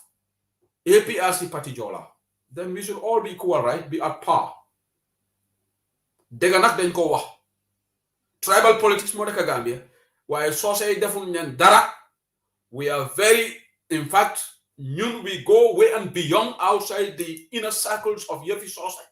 Most of the society, then when you de ton, you know, society bu janga bu je correct, defa dem taka yenen xeti. E kan tonya wala de. E ko man ninka karanalu. Mandinka fengol nika de kada si do la jini. Okay? Okay. There's one guy who says the current political leadership of UDP are the very one who tribalized the government police. How? If you can explain yourself. You know, it's easy to put your opinion out, but I want to challenge you. How? I don't want to go after you because I know it is utter nonsense. What you just said is utterly nonsensical. Barrow has, you see what Gambia. This Ibrahim Chongan, whoever the name is, I'm not talking about the other Chongan. That one is my brother. I respect him. I think this is another Chongan. He's having a debate with me. Where were you when the mobile force stood at the NPP portfolio and insulted the Mandinka, his own race, his own ethnic group, rather? And Barrow did not condemn it. Barrow condoned it. Right? Where were you? Where were you when Barrow stood at the State House to say, Fi kufi wa olof ñu ne Sénégal nga jógee kufi wa Pôl ñu ne Guinée nga jógee because loolu yëpp mu ngi try to antagonize Mandinkas. Barrow is the one behind all this tribalism nonsense. Just like he's the one behind all these corrupt practices. Barrow is extremely corrupt. Barrow is extremely corrupt. All right? So this is the thing. But in Nataja is 6 minutes past 8 p.m. right now in the United Kingdom. We are here to stay and we will be here to scrutinize government. Lumanyan, other sister platforms. We are tired of your constant scrutiny of United Democratic Party. Scrutinize UDP on our 5-point agenda, our policies, and how if we are given the opportunity to govern Gambia, but don't scrutinize us on our constitutional right to go to the apex court of the Gambia to file a review. That is utterly irresponsible and is insulting because you're getting janga than the UDP lawyers. Genulo Janga than the UDP leadership.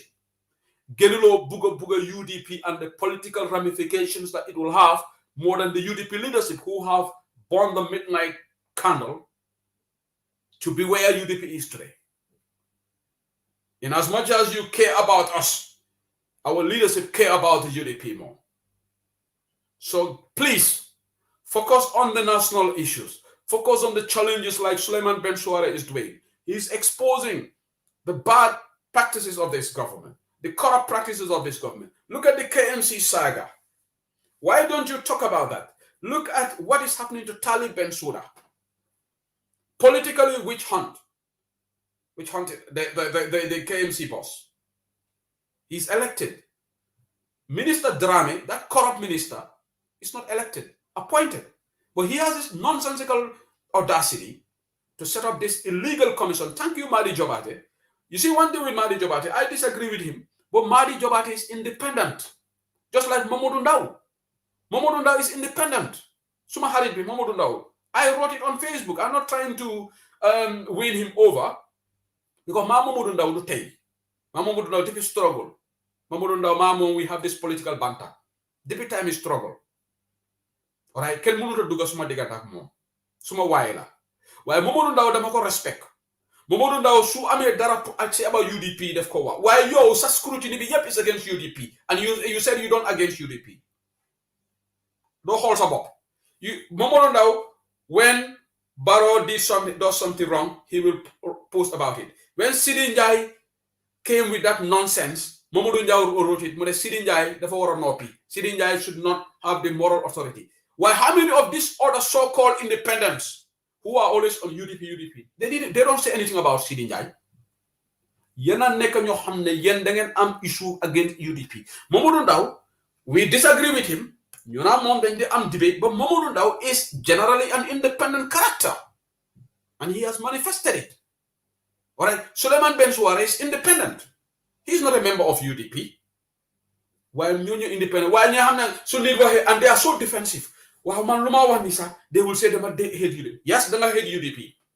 Man gom na ne yow da nga hate UDP because you constantly talk about UDP, but you don't talk about Barrow's mishaps. Wa soko wax sax you would sugarcoat it. There is somebody, I'm not going to mention name, not that I'm afraid, who even had an issue when Lawyer Dabo spoke about the cocaine issue. Kure was the platform, see? Hamna bopam. He said, Lawyer Dabo, what to wax lolu? Who are you to say what Lawyer Dabo should say and what Lawyer Dabo should not say? Your Lawyer Dabo doesn't tell you what you say on your platform. Lawyer Dabo is the leader of an opposition party. He has over 300 or 400,000 supporters behind him. And I think, I'm going to talk to the leadership of the United Democratic Party. Kerok, Sonko, Senegalese opposition leader. Xam nga lan la wax mu ne jàmmi Sénégal si loxo Macky Sall la nekk mu ne su Macky Sall bugga jàmm dina xafun Sénégal su Macky Sall bugga indi fitna dina nekk fitna mu ne ñoom luñ commencé de we have to take Barrow head on. Corruption mu ngi bari Gambia. Njuuj njaaj mu ngi bari Gambia. Barrow is willfully mu ngi try to intimidate members of the civil service.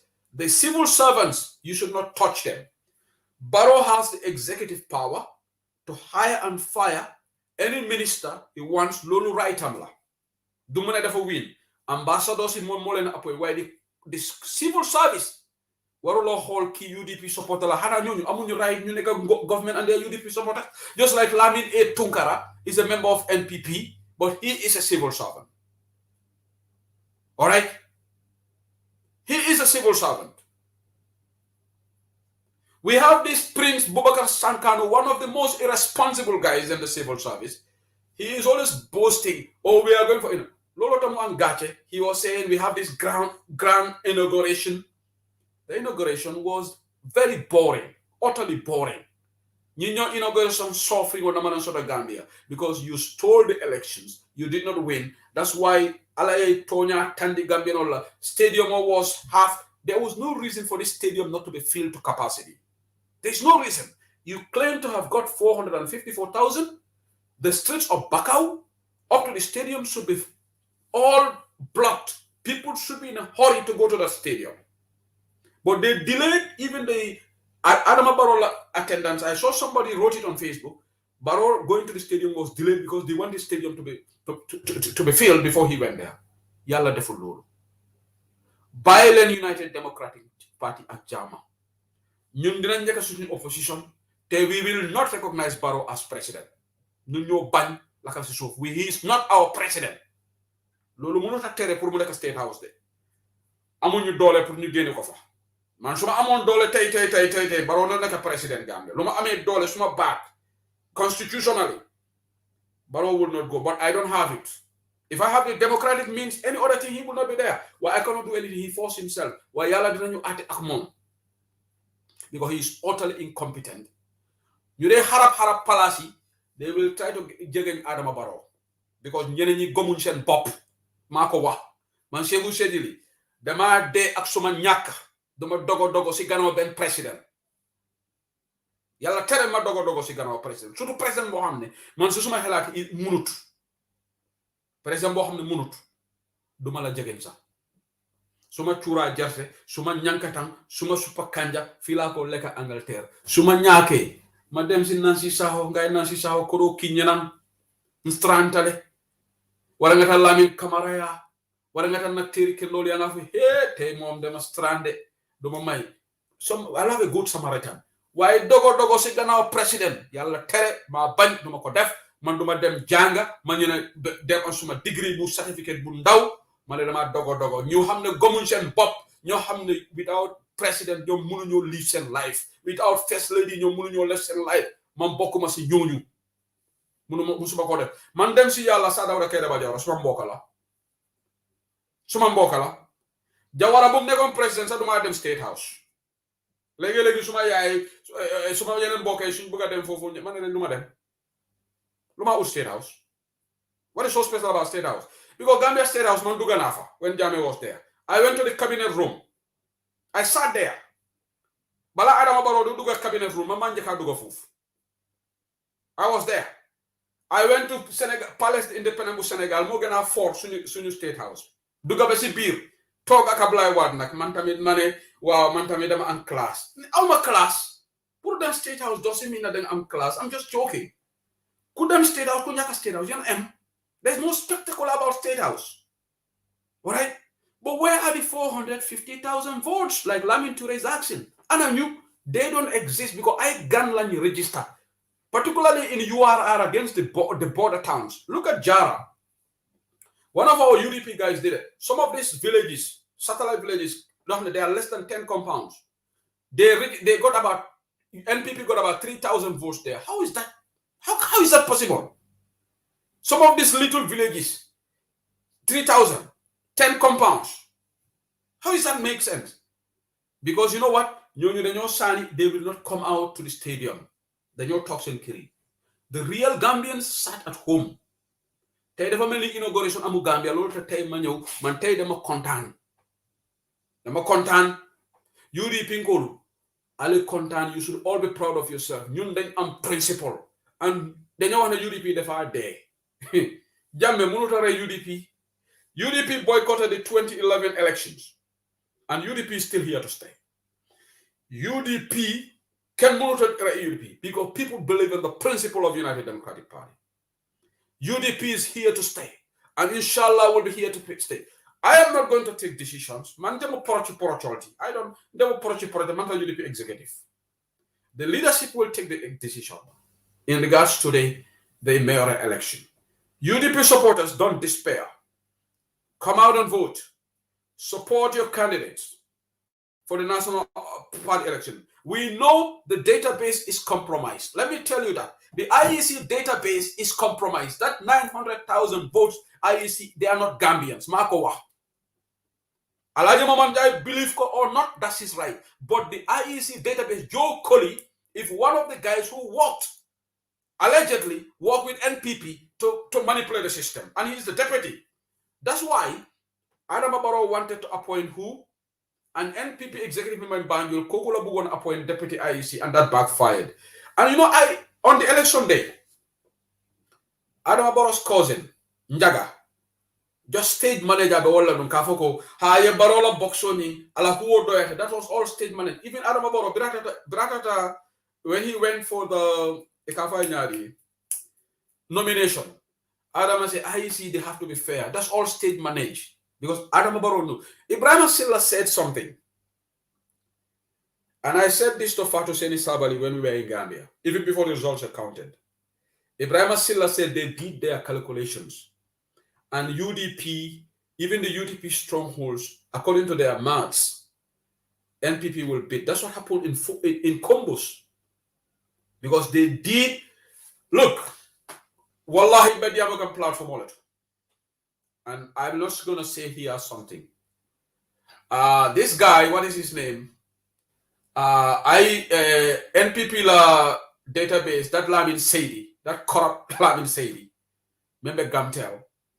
He went and told somebody, today I'm going to say this here. I'm sorry. I I didn't want to talk about this because I didn't want to leak. I don't want to compromise the source. But now the elections are over. I'm going to say this.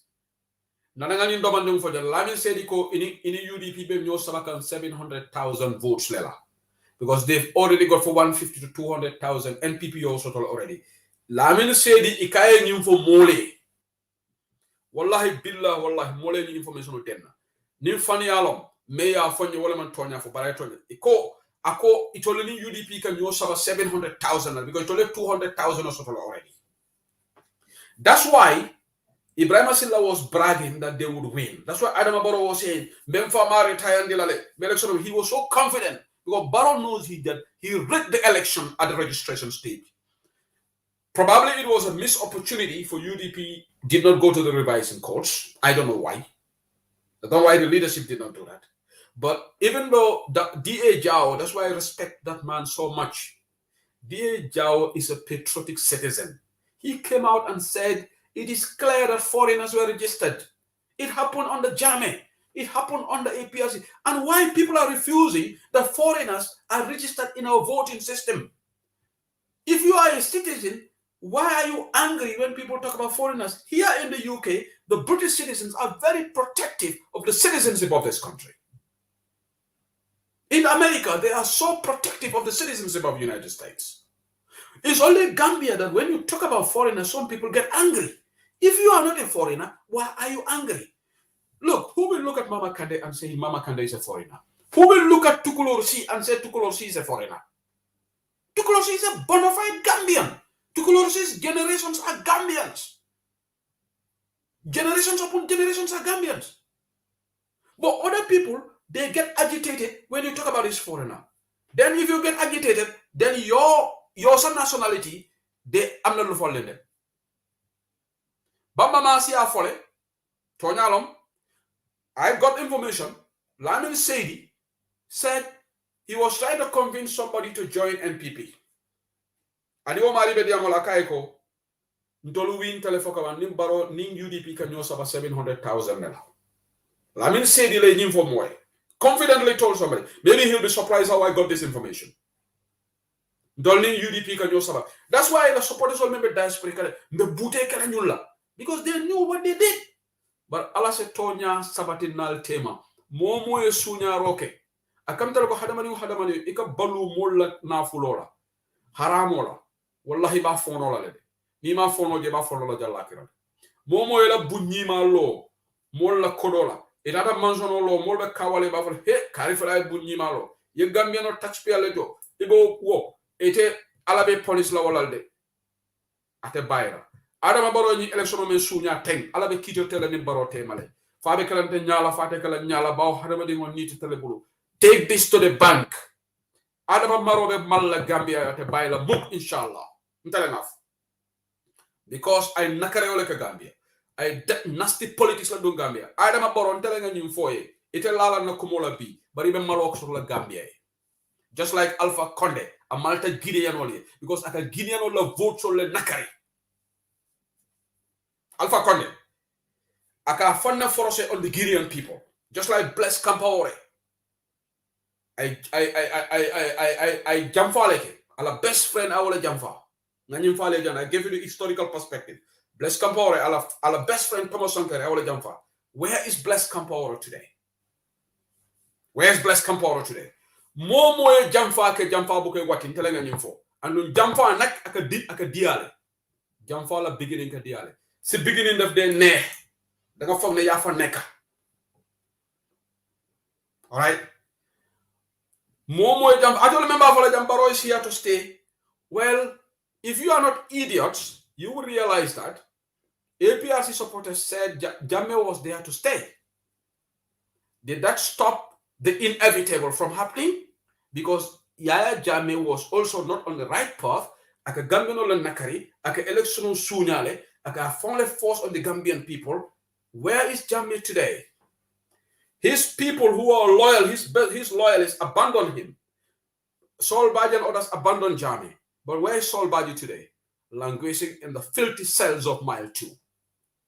Ku or. Yalla dina la or. Yalla du or nit sale. Ku or sa. Ku or nit. Den ko gis. Lolu la bëgg wax. because yalla mom suba astaghfirullah yalla du or nit lolu dama joom waye ku or fo nga gis ko solbaaji ak timam bi ñom tam they were celebrating Barrow's so-called victory. Wow. Hey, there's another idiot in 2026. Put it to 2031. Let Barrow win until 2021. You know, you guys, you don't look at the horizon. Alpha Conde, how many elections did he win in Guinea? How many? Right? But today, what happened? Because he was betraying the Guinean people.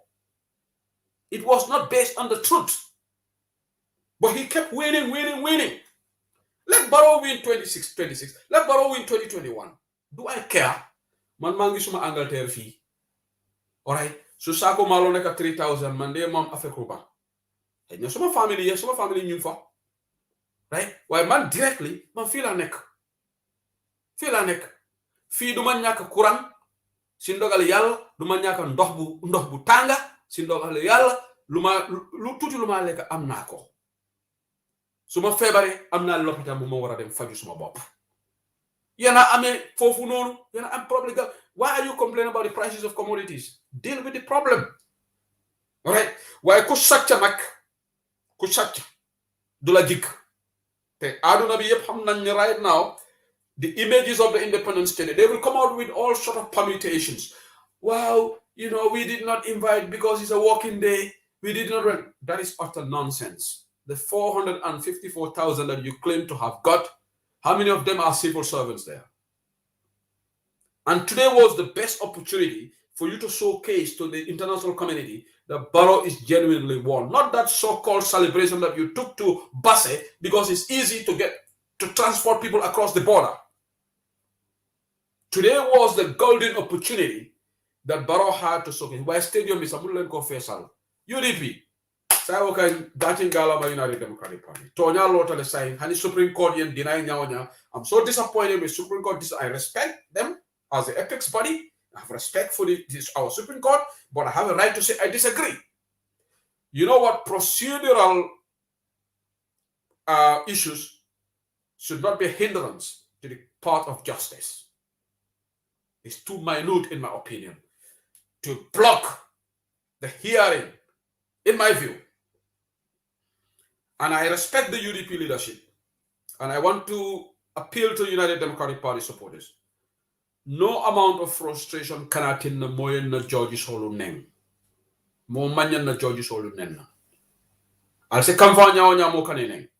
Mo kana nendireke. Alena diamu on issues. Mo kana nendiroke. Ni yaje ko Barrow corruptala fo Barrow corruptale. That's your opinion. Alright, ni Barrow momo sambala kitiola, samba kitiola. Ntenga for countless times Barrow is corrupt. Even when I was in Gambia, I said it. Barrow says a lot of misleading things. A lot of them, ako esa falka $500,000 is a sort of salary. Subhanallah. Woman ke tonyati. Barrow fa ka take $200,000 sort of salary. Woman ke tonyati. Barrow gets $250,000. It's only in Gambia. President be lola dunia be nyala. Ay kuma soto balofo. Kaire Tinyang, and he will not be apologetic. In the UK here, Boris Johnson just apologized for that party that took place at number 10 Downing Street during lockdown. He apologized at the parliament. He apologized from number 10 Downing Street. Because tubabo wole ethics lonely. But the Gambia Barrow sin branata president Barrow kumusoko bali jellefo. Countless. Not a single moment he made a statement apologize. But they so-called independence, they will let that slide. Imagine if Lawyer Usenodabo said this. Well, you repeated them more. Because you know what? They are supporting Barrow because they say they don't want the UDP government. That's it. Our Barrow neka fasa, monu general UDP government nyo. Dida leer. Alengata maningol ko nyumo kulukan sumunality de. Eka modo kong. Yamera ni wo mari sida banko de kayro sorola. Ibe modo support la wole fomina ma sibo kele kunte modo fam modani ko mari nenko. Alengata do. This is what happened with Jammeh. They hated PPP. Wow, PPP, we should not have PPP back. Supported Jammeh. Lala Jammeh da. Jammeh eventually exiled a lot of people and even killed a lot of people who were supporting him. How many people those who were loyal to Jammeh and Jammeh turned against them and loyal? Nafika ya kawaleke. Nalibe denna albe denna tonyale kan. But nali nafika yake. Well, we don't want nguru UDP. Well, Bugalen UDP. Why yen folena muje ak Adama Barrow. Ñu ne lan seetaan moo daxa si daje olof njaay loolu la wax de Jojo Ndour xaw man la suma olof boobu leer na ñu ne seetaan moo daxa si daje ñu dinañ toog we will see how things are going to pan out because you are not supporting Barrow because you genuinely support him. Most of you are supporting him because of opportunism. You are political vultures, journalist vultures all from Bijele. We have only few good journalists in Gambia. I can count them. The people who, in my view, are for the country. Suleiman Bensuara is not a journalist, but he's operating a platform. Suleiman is a patriot. You know what? This guy, Malagan, Mustafa Kedabo, is a good journalist. Pamodu Bojang, Membe Keri, they are doing a fantastic job. Nadine Melialongo, King FM, Ibrahim Jara, Anilamin Sanyang, they are doing a good job. Paradise Bat Akatakane. But you told me to fufule wallet. Alright? You told me to fufule wallet. You be fufule wallet. You know what journalism la what coding you know. Wolukabula incumbent all no modern. How can it? It's only in Gambia you see a media house you are just showing loyalty to incumbent just to bread and butter your bread. It's shameful. It's embarrassing. Here, the media are constantly scrutinizing the government because it's the government that is presiding over our taxes and the royalties that are collected. Today, the government should be the one to be heavily scrutinized. But the $148 million is scandal. They let it slide. But they are talking us. Why UDP salunyo them see review me? Ma wax bobu def ma naxari. Zip it up, please. It's not your damn business. UDP, if we want, we go to the International Court of Justice. There's the avenues there. You also have this do good for. So energy do good for. Hold on to your horses. Save us the garbage. It is not your business whether UDP goes to revising court. Focus on other things. There are more pertinent issues for our country that you should be talking about. You don't want to talk about the cocaine issue, but you have the audacity to question UDP while we have to seek redress. You're gonna handle lawyer Bori Ture. You're gonna handle lawyer Bori Ture. Roy Bori Ture is highly educated, very level-headed person. Suma classmate la. Because of suma classmate la manko far. He's a very level-headed person, and he made a very good case when he spoke at the Supreme Court. You will not analyze that because you're doing an issue against UDP, even though you are pretending, well, man, I don't have against UDP. You ham nañ. Kufi wax rek ham nañ. You will not admit. You could pretend that some UDP people are your friends. Wow, man, I have good rapport with Mr. Davo. I have good rapport. That doesn't mean anything. Feeding they just twab, mu racist. Domam nit se ak nit ko ñuul. Waaye yaay bi na racist wala baay bi racist. Waaye su doom bi bugal nit ko ñuul wala arab, dinañ se ak moom. You can be friend with Mr. Davo. Te nga bañ UDP. Fi kenn mënut a nax kenn. Because if you are an independent person, you should be like Mamadou Daoud. Suma xarit bi. Alright? You should be like Suleiman Bensuara. Those are objective-minded people. So UDP def wrong, ñu wax ko. Su Barrow def wrong, ñu wax ko. Waaye yow sa scrutiny bi yépp UDP la. Don't you buy. This is becoming annoying. Leave us alone. You said we have lost the election. Sisa Helat, buy ñu. Focus on Barrow. Tenga buy the affaire UDP all the time. UDP is not in government. We are no longer players in this government. While ñun, we will not reconcile at Barrow. UDP duñu reconcile ak Barrow man Deba Sefu Sen li bokkuma tey bokkuma any nonsensical reconciliation I'm not part of it wax naa ko Bantaba and I will repeat it again yow Adama Barrow daf ñu saaga Adama Barrow supporters mi dañu saaga Dembo Baye Force fii la taxaw mu saaga soose yi man loolu ba léegi mu maa naxar ba léegi laxar boobu noonu mu si man teg si after election am na benn maire bu toog fii mu ne soose yi bëgguñ olof xaw ma turam wax boobu tamit mu maa naxar ba léegi dama bëgg a xam turi maire boobu noonu maa ngi ko lijjante ku ko xam rek nga wax ma turam because damaa ñëw fi call her out maire bu irresponsible toog fii mu ne waa Essa Faal warloo faa dem ñu ne xam nañu soose bëgguñ ñaata soose yi ñooy seet ak yeneen xeet yi nit ki foog naa soo bëggul xeeti nit doo ko taka na nga waxante dëgga soo bañee xeeti jàmbur soo bañee tubaab yow doo taka tubaab soo bañee tubaab soo bañee arab doo see ak arab is common sense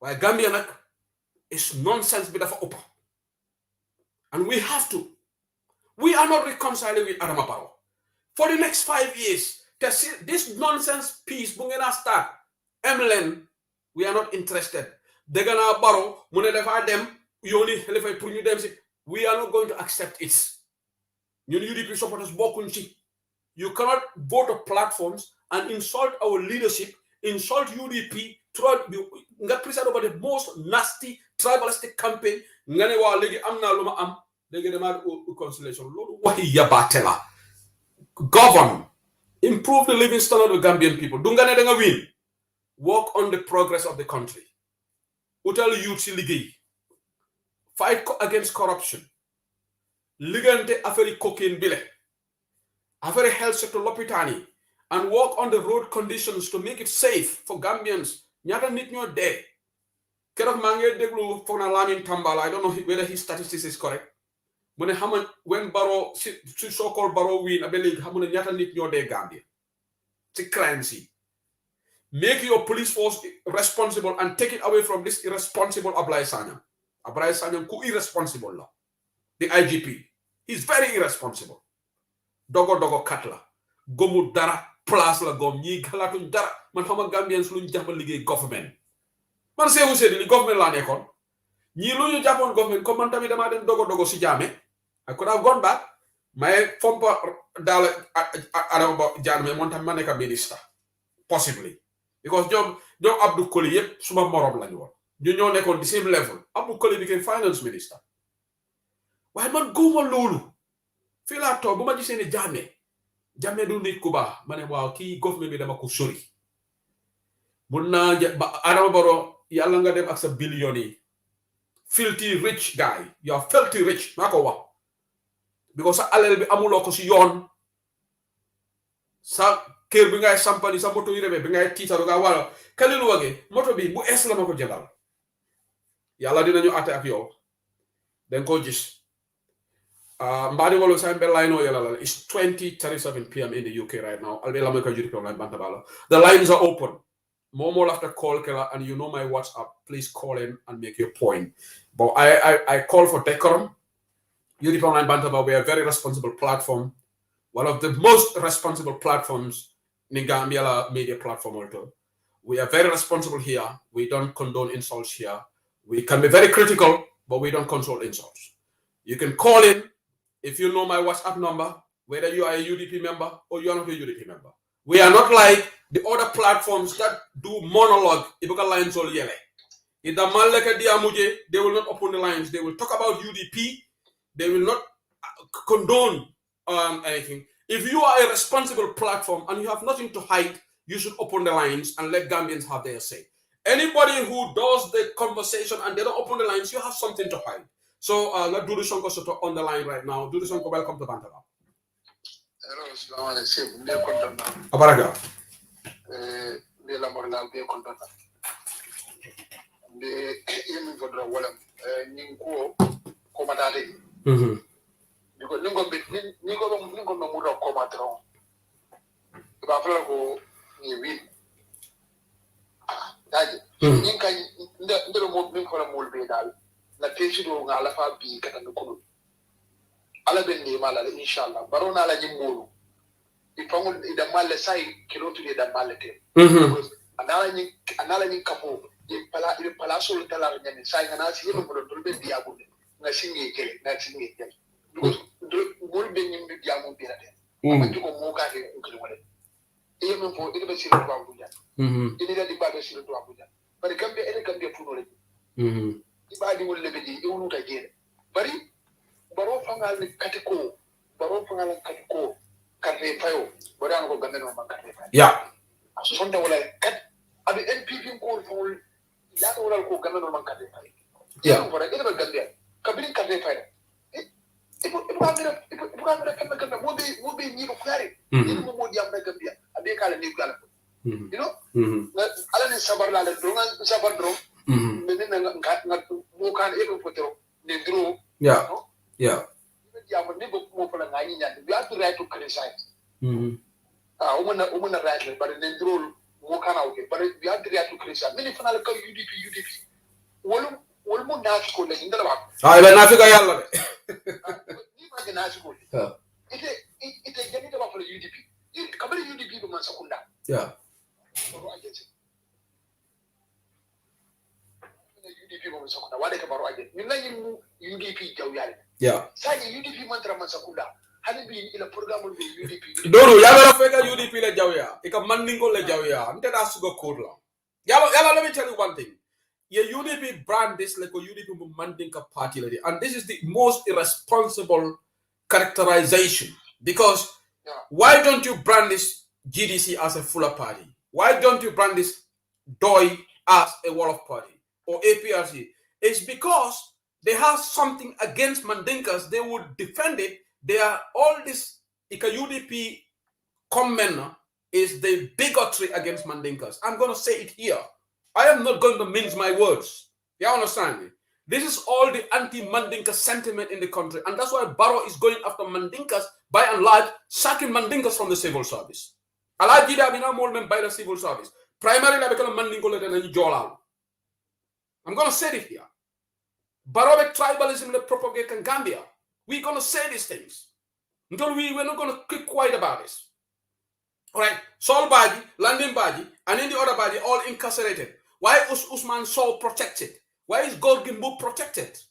Why?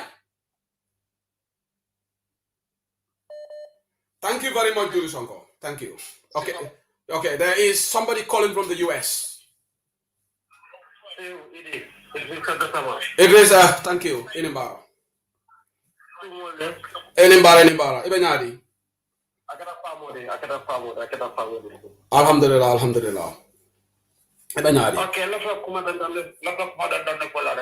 Yeah, go ahead.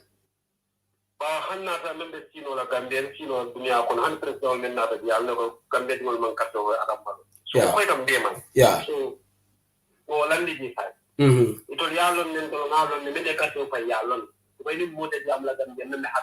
Okay, let me block this Nima Sambo. Just hold on. We're gonna take idiots out of this platform. But sorry. Nima Sambo, bye bye. Okay, go ahead. Okay. Because more many platforms sort of kabri hindi bingkol mansakunda ika baro again hindi bingkol bodaji ka UDP again dalo wol baro again kum ka UDP again ima UDP pala again as a political party ika again commanding ka party modu ni to ku ya nata Ndono manding ko Korea na poro de yambu anata nga UDP kenta ko kon dale ba anata dal sa nga Gambia ko ni ka na Gambia kan ku da de dri ta dawla kayra ba jawara di ko tim today ni mara de me Gambia kele ko Gambia bondi joy ya ko men tamita manding ko ana di to be fair to us now it will not be la ko ni na me na ko de yalambe no ko do ko la me man ta men di kala But it's a man for one. Malak Manika Kamal and Kaman for the Manika Kamal. Malak Bukala. Abada. Malak Bukala. on tol biring tol mumuyol mallat le kan ben tol kal fudi mallat le ben tol kal tol le fo poste kam pour yella finne te la finno lanna la ni jotte ni ngalombi wala tonya malombi wala tonya to na da yela yo yela wa de mandin kadimul kono la andi la to gambia nyaato ta ko ga may amaga man ko banan be bar mandin ka din koro akendo ko diru gambia nyaato ni siyol bi je min nakal mo nyama fanan ko ko ndela da nyaato bar mol men de ga ni UDP branding kete ibela wululal jibela ye fani lu jibe ye bani lu jibe ye munu lu jibe ye muleke mu kulu ko fay fudi. Okay, any tribal bigot who make a comment here, you will be blocked. Thank you. I'm watching the comments. If anybody tries to be condescending or make irresponsible comments, it's not a force that you have to watch Bantaba. I don't watch any NPP platform, and I don't even watch Adama Barrow or Nabi Diamokam. Anywhere Adama Barrow is singing, I don't watch it, and I will never watch it, even in the next 5 years. Adama Barrow is not, I don't recognize him as president. I will never watch any of his speeches. Personally, I made that declaration. I won't watch Adama because I don't recognize him as president. So I am too busy. I have a lot of more important things to listen to. So somebody, Mayalongo is not going to add value to the national development. So go ahead, Idrissa. You have a point for, and then we will move on. Okay, Idrissa dropped. Lines are still open. I'm not blocking anybody who disagrees with Bantaba, but if you say certain comments here, and we know the direction that you're going, you will be blocked forthwith. That one we will not hesitate. So people who want to bring tribalistic undertones here, and there's one idiot on the platform now, Broccoli. Ako Saul Baji needs to be arrested because Saul is not tribalistic. I said Saul Baji needs to face the law. I'm very happy. I have at least two very good sisters, Ule Sise, Dr. J. Sise. They were in the struggle. I was with them. They're victims. Their relatives are victimized. So I'm very, if not anything, I'm happy that those people can now sit down and say that Saul Baji is facing the law. Call them in the Germany. Please. Yeah, ila device on intala ikala mo imena. Yes, na stop le phone no go cool le. Okay, go ahead. Ila ite to dima. Nje to mo Lamin Jai le in Germany. Okay, go ahead, Lamin Jai. Yeah, me la mo ka ne no go mo men fo bang ya na beta na bakele ka kuma kende balle fo segu bedwale shima bala ni jati denda na kimba. Abaraka. Okay, albedo woman never do kende bala Abaraka. Yeah, just right now ben just on yabuka na but ya no coming yenandi ko na him life na why shegu sometimes for some more bla boy ani model de ro fala jande model ko lan de ro fala jande ni ba ko fo ngay la timeline o de ha fo bari banta ba wonte no I'm not convenient bro la bari yalla sometimes boy ka waru le man ka ko dol je boy fon sol fo yalla ha c'est la opinion for no le mammo senso e la opinion for responsibly but kana nendiro fo wala kana personal attack nendiro we don't do that here. But any imu banko dingol te right to the opinion for mo be agree le kam monte but if on sila nyanto fo no le te son sala yes to na le wodi no mo to na le bari academy le do jujo bi kano do yalla si e follow le nak but ika waru le ka to yalla fo nak al diamu kana de nak al kana la mo al diamu yalla na ya mo sensitize because amango be yalla to yalla dingolo kono le no mo fe waso yalla dingolo kono. Okay, thank you, brother. Thank you. Let me take other callers. Abaraka. Maybe I maybe but we don't censor anybody here. If anybody wants to call in Lando Bundusi, you can call back. I saw your missed call. You don't have to be part of UDP to call Bantaba. We are not like other platforms that don't open lines. Even if you are NPP, you can call here. We'll take your call. We are not afraid to pick calls here. But that's why when we do our analysis, we open the lines. Because if you are a media platform, you cannot come out and throw everything in the platform and you don't open the lines. And you have something shady to hide. Because you should open up the lines for people to call in so that people can also disagree with you. Italy, a caller from Italy. Okay, Wofana dropped tele. So this is the beauty of democracy. So if anybody wants to call in, you can call in, and then we can have a say. Inauguration, this is the most boring inauguration in the history of Gambia, because Barrow did not win the elections. The real winner is Lawyer Ousainou Darboe. Lawyer Darboe won the elections, and I will tell you that. That's why the election is very boring. The inauguration. We all saw what happened. Inauguration, very boring. Lamdosi, welcome to Bantaba. Assalamu alaikum wa rahmatullah. Wa alaikum salam wa rahmatullah. Yeah, you said today you were not going to be angry, but you are being upset. I'm not upset. Eh?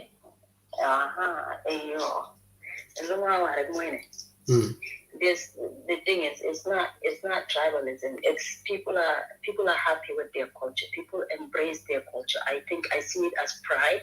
People are happy to went into their whatever their tribe is. They have this happiness that to be attached to that but they're not putting someone else down. In my opinion, the way I see it is that the politicians. Wahal of Lando, we encourage people to speak local languages here. If you cannot speak Mandinka, wahal of.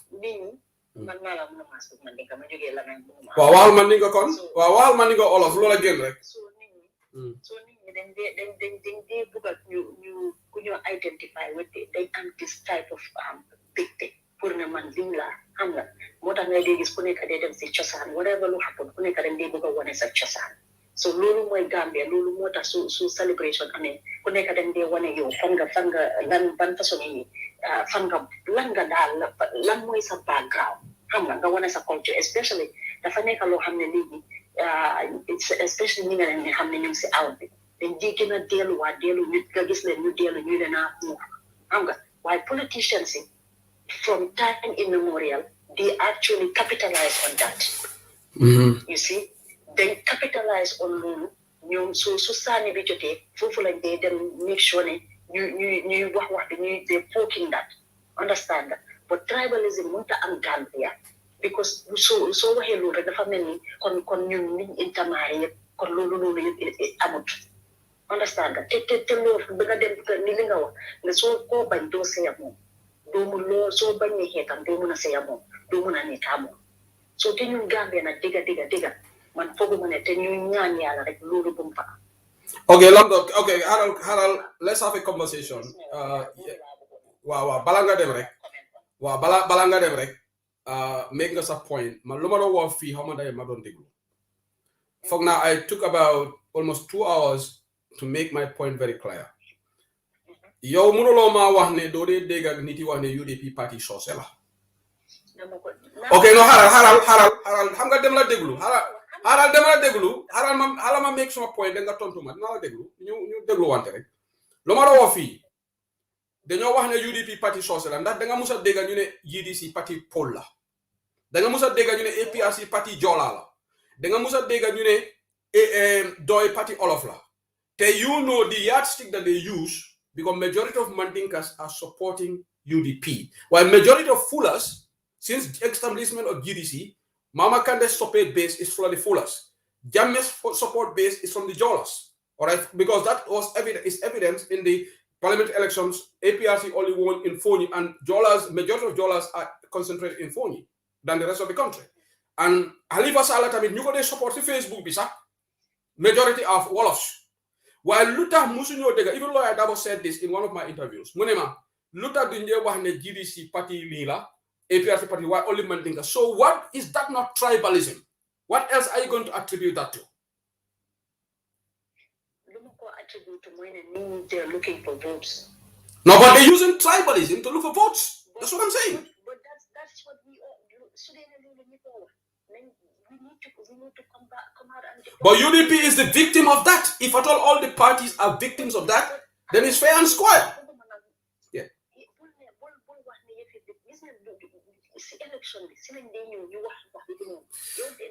Lando ken mënuta nax ken fii de ken mënuta gis nga lu ngay wax mun nga say ak nit sa bugut sa xet man xew na fii in England there is somebody ko xam ne mu ngi say ak soose te am nañ doom waaye mënut a stand parti UDP because daf dee wax ne ñooñu soose lañ ba jëkkëram téye ko one day jëkkëram téye ko I'm not going to go to personalities all right te mu doon si ak kooku ñu ngi am doom one day kooku jàppa ko mu ngi joo UDP ba mu ngi wax ne soose yi dañ bëgg a nguur te moom jëkkëram soose la Lamdo we know they love na yow dégg nga audio si after the victory ñan ñoo la wax fi xanaa dégguloo maire bi de wax ne soose yi bëgguñu olof xanaa dégguloo audio boobu man gisuma ñu bari ñu ko condemn I have not seen people go into their timelines no genuine Gambian wants to see that when you put them to what happened in Rwanda or what happened anywhere. No genuine Gambian wants that. Yeah. No genuine. But even Esa Fall should have condemned that because Esa don't address. Esa Fall should have come so I don't resonate to this message. But I was in Gambia. I was watching the way Ajian Sek was condemned for saying Badi Afasa, Suma Waji, Nyom Banka, everything they wrote. Did they write about that wall of woman? They did not. Lando Ken Dofu Fee. Ken Dofu Fee. We know what is going on. All right? For the people, by the people. I don't know whether they are, but they wrote. You know what I'm saying? Listen, Lando, listen. In addition to discussing Aferi on 40 people by people, they also went to the individual timelines and wrote and condemned it. Why didn't they write about this one and condemn it and also discuss it on the 40 people by people? Because not everybody will listen to that show. So why the cherry picking? But you know what? Our eyes are open now. Our eyes are open. Gambia, for us to unite, for you respect Gante. That's it. Yeah. I wanted to speak with CC after unification. So they never them no don't anybody that they do. You also your papa don't be Juna. Lando, we're not going to accept that. Let him not even try it. I'm just saying. Yeah. I'm just saying. Yeah. You saw at dead set, you're not going to accept that. We will not. Let me tell you one thing. Majority of UDPians are dead against that already. We have done a census. A lot of UDPians. That's a no. Let Barrow stay in his corner. We are not united with Barrow, Lando. UDP, we are not united with Barrow. Because the guy is so disrespectful. He did one of the most nasty. Let him run his government and leave us alone. No, we don't need. He doesn't need us to run his government. He has the executive power to run the country. All right. No. Why need executive power? If it joins, Lolo nego tonde. Lolo yefi ma Taylor pour neka president rek. Pour neka president dafa jar certain things. Exactly. I don't anyway, thank you, Lando. There are other callers. Thank you for calling. Thank you. Anyway, UDP Online Bantaba, we're open to let people call in. I personally, I can speak for myself. I cannot take decision on behalf of UDP. And man woman a UDP executive will not reconcile with Barrow. Man personally, I am not going to reconcile with Barrow. Until he leaves presidency, I will never reconcile with him. Man, personally. Yeah. Ensa ABC say, welcome to Bantaba. Hey, brothers, Nimbara back. Kegendo Ebenyadi. Nimbara, Bejam. Whenever America. Ngai madam le, ngai na musu jarole, dinta. Go, Madam Beje. Kondo jawai. Yeah. Yeah, Abamela. Yeah, mbe doku dula barengaje na in fact na pinta pamwe ay barola inauguration of Kinjana ta ponya ko baro mangaje ngai ko wo is a non knowledge no mobe o lonne ko baro manganye because in baro ganyeta mol mi nyanta kata ala inauguration on to anyanta katambi wala le yeah bepare baro ibuka karandi etiquette la mi alon ko anyanta ka famma nyami ngala video jela ka abada ke kan je nyame yo jele ya amuta ko da mo ida ko minna octopus ni mamfuda andamande abamfuda anyora di sale yeah You know, and as far as I'm concerned, yalom baby Gambia on the ground, and we see coming for Gambia no voice movement. Most of them in election or totally fairly and squarely coming me a win wala lawyer Usenu Daboti. But Pao Gambia Banko can Tonya for Balia Akiri Taji Bake. Womu Palafa Baleti. And Mol Melia Lonko Yanta Kake, beneficiary of loyal Ganyan, the one Bekela Mol the average Gambia, one of Gambian on the Milia Lonko, the Milia Lonko Nita and Water. Epuka ila dasa mul panam fonsoto. Ete ajelenga dulal milbema ulol kono tenting tata je, and all of those people were talking about the same language. Taje komen ko Gambia la kole abe nyame. Yaje.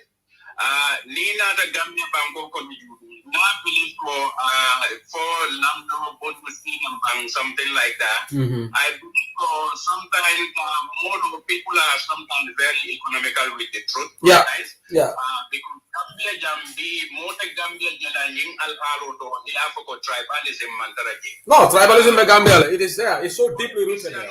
Tribalism in Gambia, more Lapidaka, New Ketuka, for more Lekoha, Gambian Dolel Mufutu down in Marita. A wall being a wall on the honey denano me along a Wuluta time being a wall on there.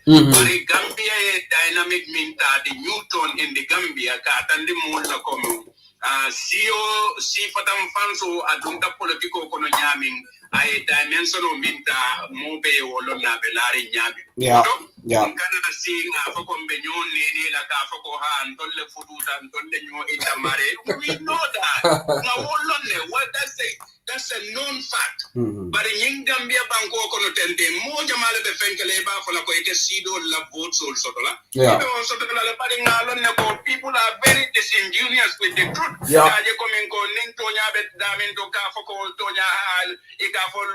UDP Mandinka Party, Munana equally Ibafoka, Munan Lebuka for GDC Mufula Party, Munan Lebuka for Doimo Surwa Party, you know? But in Mola Tonya for Balia Yantaka Yine Bondi Bangkokan. And on the last point, Katandi Komeko, lawyer Daboning Adama Baro Ladia, and Dinton Mansula Adamaning lawyer Mumeke. Because Adama Momi Alonko, I Faham Roke, I Baringo Yara is a Melakomakundo for Kuyaka. Make Kuyade. Adama Barole this Atela. Atele disrespect and the Oramantayat and the party leader because of all Proca State House, Ajareta Kobela, commanding Kaya from Doya or Bangkokan, the UDP disrespect. So all of Baliman Kuyari, you know. So because Ateko Momi Mala Alfati, I now Alfa Doya denigrate Kujo. Exactly. Kadinding all from Obolakan, then platform also. Loyal Lafitaka Adama Balman Sola, you know, because Denga opinion so UDP majority are against this reconciliation. So it's not going to be easy. Even how UDP executive supporters are very angry, and supporters also they are not. I believe Momo Kamfata ila inyantaka kamfale because imanyankaje hani doma ekotoma mole wone sakore nkoite momi ka komande ko mfale mnyiti ika wote ka nenge ka dindingol bule ka nenga kuja ofa mansum fenna fo palaso momi alonko ay ala kata ko ya kendite na tayo palaso so wallahi anyo fisiri wallo man adon baro nyo fisiri wallo man so ndemalon but ala mon consensus to hadama dingo this Adama Barrow, like I said, as far as I'm concerned, he's not my president. Kaje Kominko, Adama Barrow, abe rough landing within this vibrant. If he would survive, Kama is a big. Yajele before start the inauguration went terribly wrong. Adama Barrow, ala Diminia wasn't good. The turnout wasn't good. What a bad start to the. This is supposed to be one of the best inaugurations. Because they said he won landslide, but it didn't happen. Evidence didn't show that. Gambia Bangkok, you are just very disingenuous with the truth. if he has to do it all over again, I believe he would have think twice. He would have done it differently, a little differently. Kaje coming go adumu. Aning official wale aminga ya dundi nyindulang Gambia banko more big dundi nyola kasiol denigrate commanding kaya jindi. Oh man, I think the fight has just begun. No, the biggest answer. Y'all bring y'all to Gambia. We did a campaign together. Ante Kukulin and the shop were on Dembo by force where they are. Yeah. But you remember for any Qatar State House, like go Dembo by force, you tell alphality. You kumo betty at the dark on about it for mandinka cabality. It have. And they use him as the guinea pig, as the scapegoat. So, and he went and said this. And this is going to haunt him for the rest of his life. The rest of his life, yeah. You know? Yeah. You know, because he had a bring them by force. Okay. In fact, the family muso ete all be audio jele. Aha, binda respond. Yeah. Yes. Tolbele respond mole video that akatandiko niye wofo. If you are wrong because Gambia mol intermarital and fenke da bari the purite keba ba ila al halo benyami yena yo ku jaw babo woto adamal ay turja wo min fi Gambia banko kan wo mam mo kumba ando mol be nyanda ka tonya la ko katandiko tonya de aketa nyaonya nganyo intermare nyaonya by tribalism kan obe Gambia Yalo listen ante honestly ninga tara nung brimbe Gambia yeah results all conti andung ngaje ko genuinely come make it 2016 Gambians came out in their large numbers and celebrated Barrow's victory. I would have said internally to UDP definitely Barrow in the election will win, but the euphoria wasn't there. You were there with me. There was a muted celebration, and I wondered, Uncle. There was a day I was talking to my wife, and we sat and said, but we were going somewhere. I said, but more the celebration or more dulabe tenkundi, and that replicated today. Okay, I said I was keeping quiet all along. But maybe inauguration they call it, but they will come out in this at least 100 or 70,000 people will try to go to the stadium because Malongo stadium capacity is not up to 70,000, but we have seen events in Gambia where stadium or mol katra banta football matches, stadium or mol buga kun stadium or there was one time Gambia was playing against which country? I was trying to go and watch it. No man do no stadium or the stadium was full even to get a ticket to go there. So I thought something like that was going to happen today because they said the man got 53%. At least minimum 50,000 will try to go there. But look at the stadium. Even when Barrow was delivering his speech, they sent me the images. In fact, I understand some of the guests started leaving. It is this is embarrassing. And Alaji Mamarunjai should sit down and watch and say, you know what? I declared this man winner, but it didn't show in the because the voters should show the love for Adama Barrow. Ni usenu double win tanun wallahi bi mota kona stadium moto. Ni arono lawyer double can declare. Mulbe bolon all over Gambia stadium be falal tet multa kuna jefam. Brother Sedili Abe Wala Nyama, Alaj Maman Jai made history in the Gambia for the wrong reason. Yeah. And followed by Supreme Court solo Walnata Kumim Pananke Woko Aitajan Wela Karalada. You know? Ngalanda ko Barola election okono. Molo Jamale Amako Purkaning election skill. Yeah. Immigration on the yeah. We have ample evidence. Yeah.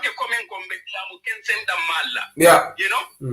Border evidence will be mass registration of foreign national million inade Dundana Banko registration again. And a formal inquiry in fact immigration nala molo nila director be prosecute a friend went to disappoint the city is a big disappointment because city in the beginning I had a Barola sister in the rec go this man is compromised.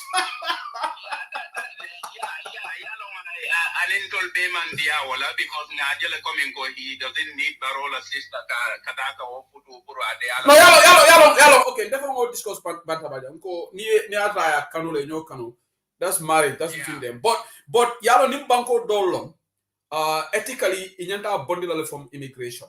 You see, yellow Gambia ethics because CD immediately I Barola sister Futu, Enyanda move to another department because that is president is a stakeholder. It you were president or sister. Imagine another best friend Kuyata in I heard about this story. Another best friend from Kuyata, I understand it. Because Gambia is a small world. Kuyata because of very Barola sister, CD started being loyal to NPP. CD should have been removed as the immigration director forthwith because CD cannot be neutral. CD married Barrow's sister, so CD is going to help Barrow to register non-Gambians, and his position is untenable. The National Assembly should demand for him to be moved. Yeah, he always say how close I am with CD Toure. Yeah. Honestly, we are like brothers. Yeah. Very, very close. Mm-hmm. But and in fact I told him in the face. Yeah. And Gambia CD mo opportunist all the CD being taken a purkala position of cement. Gambia no Delta believe the palace all back in it. I bet if Adama Barrow was in president, Adama was in opposition, CD Tenyikela. He would not do it. Yeah. I believe, because he made a very calculated move. Me along is very wrong. Yeah. I was not in for it. On a more serious note, I have to show you the evidence. Yeah. I put it in the face. Ntola UK jam. What more Brexit? Fenko bekela beta bring parliament in matters number court. The leader of the Labour Party, ala Muso, Walon George Otinum, to preside over the case, but she recused herself. Tubabole ethics value. I formally for recuse because that case, Labour Party got a vested interest in that case. I came along the former leader of Labour Party. I came along the Wati. So I have for recuse. I can't tell preside George Ayo case today. This immigration director is married to Adama Barrow's sister. Yala Africa. Behind the Africa code. And even the Supreme Court judge. Atefango dingo mu IEC la loyalty. Atefana nyata from recusal from the case. We have to be ethical. Africa la problem for Jubeka Penketem because just one day I hope Gambia we get things right. In the sense that Opanko Sulata Ku Jamal la Milia Lonko be a mantaraji. Ndeysaan mol bije milia lonko yeta loptano to fa just because of the manji mbuso le soto puri be dole ji mbuso imagine dole as of ensa ako some of the presidents left the stadium before the end of the ceremony. How embarrassing is that? The presidents flew from their country to come and witness the inauguration. They had to leave because of the poor organization. Even the time he went to the stadium was very late. Everything was late because he wanted to delay. I left a code delay so that the turnout could be.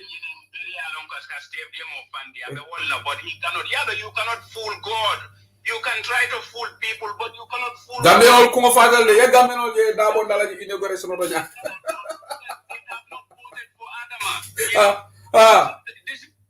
Of the end, thank you, my brother. Thank you. Badi olong NSA BC Abe America, Keke and the Balom, Natening, Fatsen Sabali, and Keba Sabali, don't live on the ground and in Binta, Alamuso, don't let crisscross the data Black Jamal during the campaign, and he's a patriot. I want to say that he's a fine gentleman. He loves his country. He used to be a senior officer at the Immigration Department in Gambia, so I have a base in the US. And I remember CD Toure Lakoto. CD Toure should not be immigration director. Yalong Gambia, now that I President Ola Muso Nini, and Nina documentation or CD is the chief approving officer at the immigration Kaito Di Molla. How can CD Toure be neutral? And I'm privy to information. CD and our best friend fell out in Faraba for Faraba Lombang because of Adama Barrow's support corps. Woka UDP support all along, but CD Kamfata Wokama because CD started supporting NPP. CD as the immigration director. This CD Toure, Nalia Long, Aydin Palaso Soto Nyame, Bilai Gambia mu Bankomenti, Gambia from Lawyer Dabo recommended when he was foreign minister for CD Toure to come and be immigration director. Lawyer Dabo Kamu Jama Makwe, Jama Babi Yeka Jamfale. Wallahi. Gambia la ko bala fa he was at the UN fenko abijele what mo that was for him la double recommendation akay ko na ye fenko for any immigration director ya so. But out of opportunism, because atela fita tula nyim pala soto ay fero be rek aka xale bi mom dina ko tak ñi dina ngo fa nga futu on nga be kewol tem ala personal decision, but I akele pour kala pala so bamande. That's how disingenuous city Touré is. He should be moved to go to another, but Adamata Bondila, as long as Adamala Defi God. Okay, Alaji Usman, welcome to Bantaba. Alaji Usman, you're welcome. Hello, Sebu. Naam, ela noise ni tala domande right, please. Yembe do kula la kalam kon donko. I'm going to contribute to the program. Any bar, go ahead. Post even Poland, and the more economy containing Aramboro compromise. Tonya. As much as Aramboro among Cameroon apologize, I can go back to international. And in Gambia, that Aramboro couldn't say that again. He is not my president, and he will never be my president. That's your right. Niya kalamuta campaign yo ke kan tamo mena mbe ide kacha kan kula me tribalist on ko ni ila ni lamdo ni ngaita ni ko na sakro ke ko lamdo is a tribalist young condemn le ko mobe entitled to opinion make it right lamdo ka ben ko de mo man tara sinula we have been saying this long since Bahan wato fana ngabe ay ala connection wala nan ko nara ngayi ko lamdo what you are saying is wrong. People are this is a tribal comment. But in Arab no. But yalan defo listen mengera I disagreed with you. I don't take on tell opinion mal lamdo jogo lamdo ko but defo after I come far and defo come but we discuss it after the download because I tell a statement out of context but yala itela opinion long ko ite ko am woleti ntete o tala no ite ite you are entitled to opinion but inte fanan nte maje o nyama okay I get you. Yeah, and I defended her on that day but then she went after me later but anyway let's go ahead lamba fama be lamo kan imaja ako to ite mo jumaleti ako who what's your name you know ako who is speaking Alaji Usman Samate da America. Oh, Alaji, okay, Lando mo mungi America, Alaji Usman Samate. I understand. Yeah. So, I mean, ila kita kamule nya songo ikabo ko tribalism mandara kere mo be kere Gambia. Let's explain to people mo be kere Gambia na tribal comment mandara ka. Alin tribalism mandara kere Gambia comme ça inde. Ngana nyoke ko me kere Gambia be alo nga bulo ka nyone ne. No, yalam denga memfo tene brinda na diam tajam ko okay. Why is UDP being characterized as a party source, a Mandinka party, but none of the political parties in Gambia? You see, if this goes across the board, no, it's not tribalism. Okay, but in another GDC Kumandila a fuller party, in another PDI is commander, and we know. Just look at Facebook timelines. Most of the supporters, Melka Halifa Salah support Jam. Majority are Wolofs. I'm going to say this here.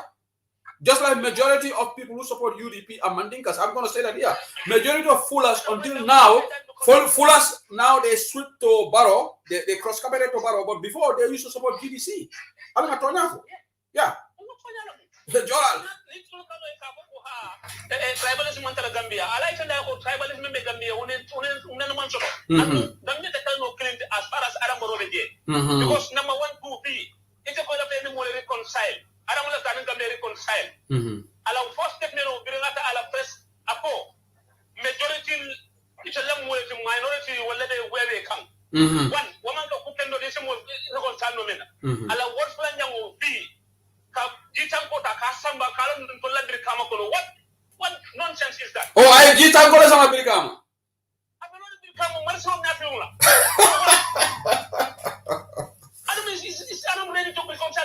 No, go. Alaji, yala me kuma killing pole. Gambia we will not reconcile on the Barrow. Maybe the next president after Barrow will say effort can but Gambia more take a killing with it, and this division is going to get deeper. I'm going to tell you. Yeah, more may understand. Tebe Gambia le more come valley nyo kamale. Duale be more prevent can profit no Gambia, but Gambia more because you see Nendiro and more jamale come valley. Ni mandinga Nendiro make Gambia. A lot of people are mad. Okay. I was in Gambia. I had to prevail on one young man. He wanted to take the law in his own hands. Wallahi no motokono. I was with my wife at the time. Nadia mtanka ko kananyinke ngai ko kananyinke because I come for the alafta aklale because he kala sione ngai ko don't do it ngai ko ngasabari ya understand no man calm down and when you tribal bigotry Baro amplify. Baro is the one attending demo by force and all any NPP call it tribal bigotry amplify Gambia. That's why they cannot they cannot heal this. Somebody else, a neutral person, what about tribal, but not Baro. Not Baro. No. Yeah. Not Baro. Yeah. Anyway, Electoral contribute. Okay, Abaraka. Thank you. Okay. Alabaraka back in Badi Mulabella Maka European Online Bantabal. Malanda of a call Keleno. A lot of people call him, but I will take Farshaw drama first. Farshaw drama for a call Keleno, Malakol Shika. So Albella Maka European Online Bantabala. We take the callers all segment on this analysis. Okay. Alabaraka back. Okay, because Scorpions have qualified to be part of the 4 best losers, even though they lost to Tunisia. Okay, congratulations. Okay, Baraka, because Scorpions qualified. First out, welcome, Nico. So Tunisia, Gambia win. Okay, go ahead. First out. No, but Gambia celebration, they say they still qualified. The 4 best losers. Yeah, they go through. Yeah, 4 best losers. Yeah. But they qualify. Yeah. So say who may contour na. Abaraka. Say who say the link to be better Gambia. Wallahi, na jojo. So no sama. Fasa afo ngo na frele Nancy. Afo Nancy akala po Facebook. Hello. Say it. Fasa telephone din tela amala abonna media. Customer le na. Ndela live le banda bago Fasa le call ave contribute la de telephone detail. Nancy ikoite bortale bota Facebook. Jambar du daw Nancy. Bari bi ngale kontaan dafa bi man kontaan. Hey, Adama Barrow la inauguration gearing of Nancy. This is the most boring inauguration. So, but the Kabinata and sister, Apuniko, Musa in the Taro, maybe more man now follow. After I found out you make a life, Apuniko, Yaro Fanny, because Yaro this time a more import. I'm a more import. This time around, I'm not able to spend on it. Yaro come and don't talk a coro dealer. I found more body not blood, better labor, pay natina. I'll foreign and pay natina more about a election of Sunya and somebody castle. So, na mole, Ibrahim Asila. Ale ita fly na debate la. Ibrahim Asila. Ibrahim Asila. Yana Kalkani Tarfon, Linka, but Albestila, Albestila Gana, Dumule Sulakodas and Gambia. Name 1 million of Baringo, Nancy, so hold on. Wali, Melka report the Kafo Gambia play today. Gambia is playing tomorrow. For your fallen. Gambia is supposed to play tomorrow, not today. For Gambia played already. Football because the book of football, going to lose Talabi. So I don't know how to. No, Gambia is playing tomorrow according to the fixtures. For your falling today, but Gambia, some of the Gambia will play, not today. So I don't know where they go this. Anyway, carry on. Nancy, the content the one that been not a bantaba. They don't say Obune. Gambia no die code Adama election win Nancy Adama nyapin ko wala kay lunta wala register Adama ma win. You know?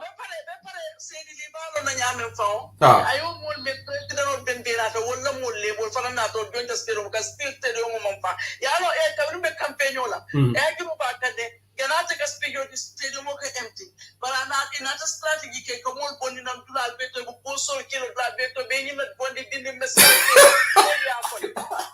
you know dindi message baby kill. Nako ye election win for 40% la bank for 50% sendera ba malo you know ya suñale anu sedili ya moy Gambia no wonte be mem folo wolem ko ya moy nanul sokol intellectual wala ni nani journalist kalanta on men ya lon ko masana ke borano ma journalist hosulal Gambia nasi journalist hosulal yalo hosulal façon mo siyatale yeta ye famo dundi ye platform ni yele rek ide aka goto Gambia journalist kendo lo ngol lonne meli yalo ngo they are for the country wala mala gel la reporter wala investigate but journalist kalantangol meli yalo ngo ite corruption of the banko ko ita fola ke fatu be do ku beto bela yen dimi ente to samba mbaba ke fatu be do ku beto baba ayaw facture ndefa wodumo ngakrita but facture is very neutral ngajele aka femol de le cover bari ñin journalist kan kalantangol meli yalo ngo sago porochi ningo malafi ka tofo o porochi ningo même angale kan correct mo fono abuga safeno abuga fono nansi no yalla mingela because asenata Gambia bilal ko adama man gagné ndol abe state house nda bondela no je bot asenata nansi adama la ñim inauguration FIFA namana asaban sort of this is very boring I had the inauguration for aka ambiance totale you know molka euphoria ke taraje but I don't borrow be pare mam video je nansi ay blonda ke dame mboki lay nan na jira be pe ton na be to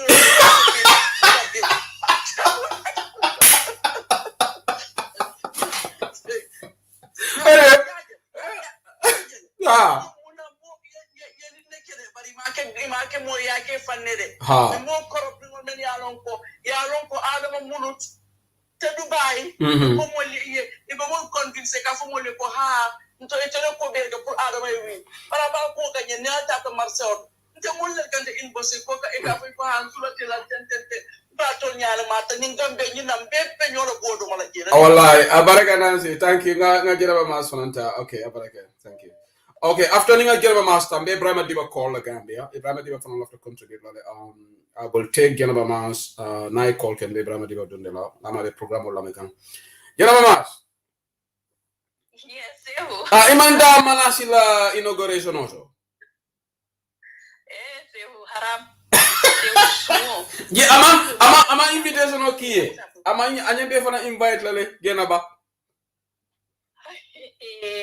No, baro kama yalo ne ko amanke ntela president wati ndane ne tekela ntela president wati ntela president wo muloya Usenu Dabo ni tibi na president wo Joe Biden leti kasimbe America la ni muloya Usenu Dabo ga wallahi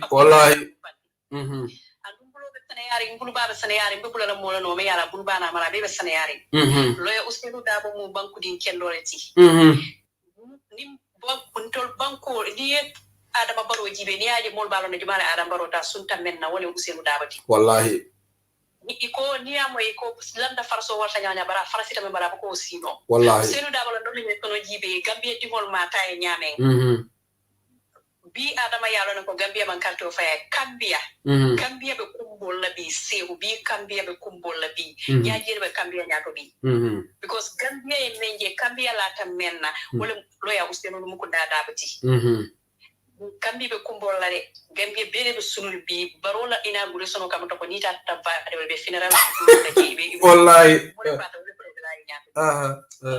jiba la barkala la badi la ngoyo fango wallahi baroba pan tojo kanne amalo me mekiri hada madi go hada madi go do neta ni te comfortable no la yalo ni aje ya jamme kamun buta kifa ya buka wolle hada madi go ni haani te fatiya te be ni believe tale be tonya kan ibuka sila mol la fo be bayinde ibuka sila mol la fo be faale ibuka sila mol la fo be sorona ibuka sila mol la fo be tojo ni mo je ko tojo la bale mo ko ba wari buka wolle yeah kana pifa mare ni la ta molle ni ka jakar lole mol ya jinde mbiro ka nyoboro ngole ke bagi aja misla to be wala apple ni man to robe kon so baro fana be kala tenne wala na baro ti hakila wala ti na tan kuma kala taw ko bitam fama ale usenda ba fama tati bi a fama tati soma aman sula la di so jena ba ide fana ni reconciliation be kuru kan ida bi jela bam foida tiji te reconcile la nyim banku kanjam kota ke because it's too late already yeah baro yen tolle na diaspora ntol nga baro sada jande tolle kan na kodo bondi janda na fo ni sumaya kono pour baro yi si nten mo la tiketo don tata baro 2016 wallahi maro ko be ni stade no tele foti je bari wolu mo bi na fala nten mi dingo ben tata woto mo dingo be 10 years wallahi sere mo fala tep fala ko tama jibe nten murtananne na tiketo be bulo kono e man dunno bondina ngasilom tan setan tata jibe mbamala bon kono wallahi billahi siru adama dingo ni panta jibe bu so jana ba muna na wo manke bi muna na wo stereo mo ke ko nyama bi andi ko baro e wuli kemena ni la sudo wuli talulu wala nan koy ko gambi be kumbol an goto mo baro e jella sudo ma wuli kemena ni si gambi la fitita wato wala na koy gambi be kumbol la bi ga nyaajeli tandi barola ata wati la parce que nte ma yamfa mama woro bebe la gandere nte ma yamfa baro e bi nduma hako ko e mbaba ma hako ko e na la subi ma hako ko e because baro e gambi kumbol ni len kawra fayten mo ala ko asa yamfa ko bela ani mol temo bal control damal temo sako banko be ha wallahi Gambia dimol funtale in laaj no be karto fay loya Ousainou Dabale o be koyrinne because loya Dabale ko di bi mo na buka mo wala na bi nga safaro ke Facebook nanti ngo the real winner is loya Dabale the real winner because 2016 mol fa ngol lekela afto be sang fa ngol lekana moto wulindi to la ko nyoto moto jergele wulita je mo mala mol ka ko do di damento di loya Ousainou Dabale bi tan bi ngo ñun mote ko na ñun lako Ousainou Dabale di amutara mbala mol stop no la bi safo ko election day ni bité mata atembotara baro ki de tale baro mol malla fala fang impose Gambia nol ka wala tinata enjoy la and mi resi ko mo mal ba fo kan te bu ka def ka diamu je ba ci because ni ngam nya fay tay ndingol mu suwale ti ndokol jiwo be mu suwale ti no suwam skendol men yalo ko yi Pati mo bente resi sin man to mo bele ba no abala be sio bele fananto jana ba be sio bele to mol resi so be farin Gambia la tempanna andu a resi sin dimina be katantol mandin kolle kan tolle victimoti mina tinna UDP la musu kunu kumbal men be UDP musu kunu kumbal men be UDP kilinti je memo mandin koti mandin ka musu kunu kumbal men be je kilin wallahi no be musu wadi bari je musu kilin jara fitina ngay complain ko muna tinna ajiyam se kanyol wala assistant no ajiyam do yagu jol tenite mo be bulari nyono ma be nyo respect na national president ajaratu yamundo ge yabo su walo you know aji sukay naka wabite mutu kilinje la me yalon ko be fitile ko mandi ko le nyita na yawol kelen because of ila surwaya ora fenkaya so jumale bresi toti ando musu kebal fane mo respectle andi man ka resisting ya Gambia le je loya Ousainou Dabale je because ye muneke man ka fisir waloti na dati daren ko fo saya wala be bonni le je dunia ne jaro pour ka borindi ani mbonko mun ko korda pour ke la kono o mati ne to la foroyal wat parce que nyimbe mo wolti pesalo le mbeti mbonko mun ko be na timento men kono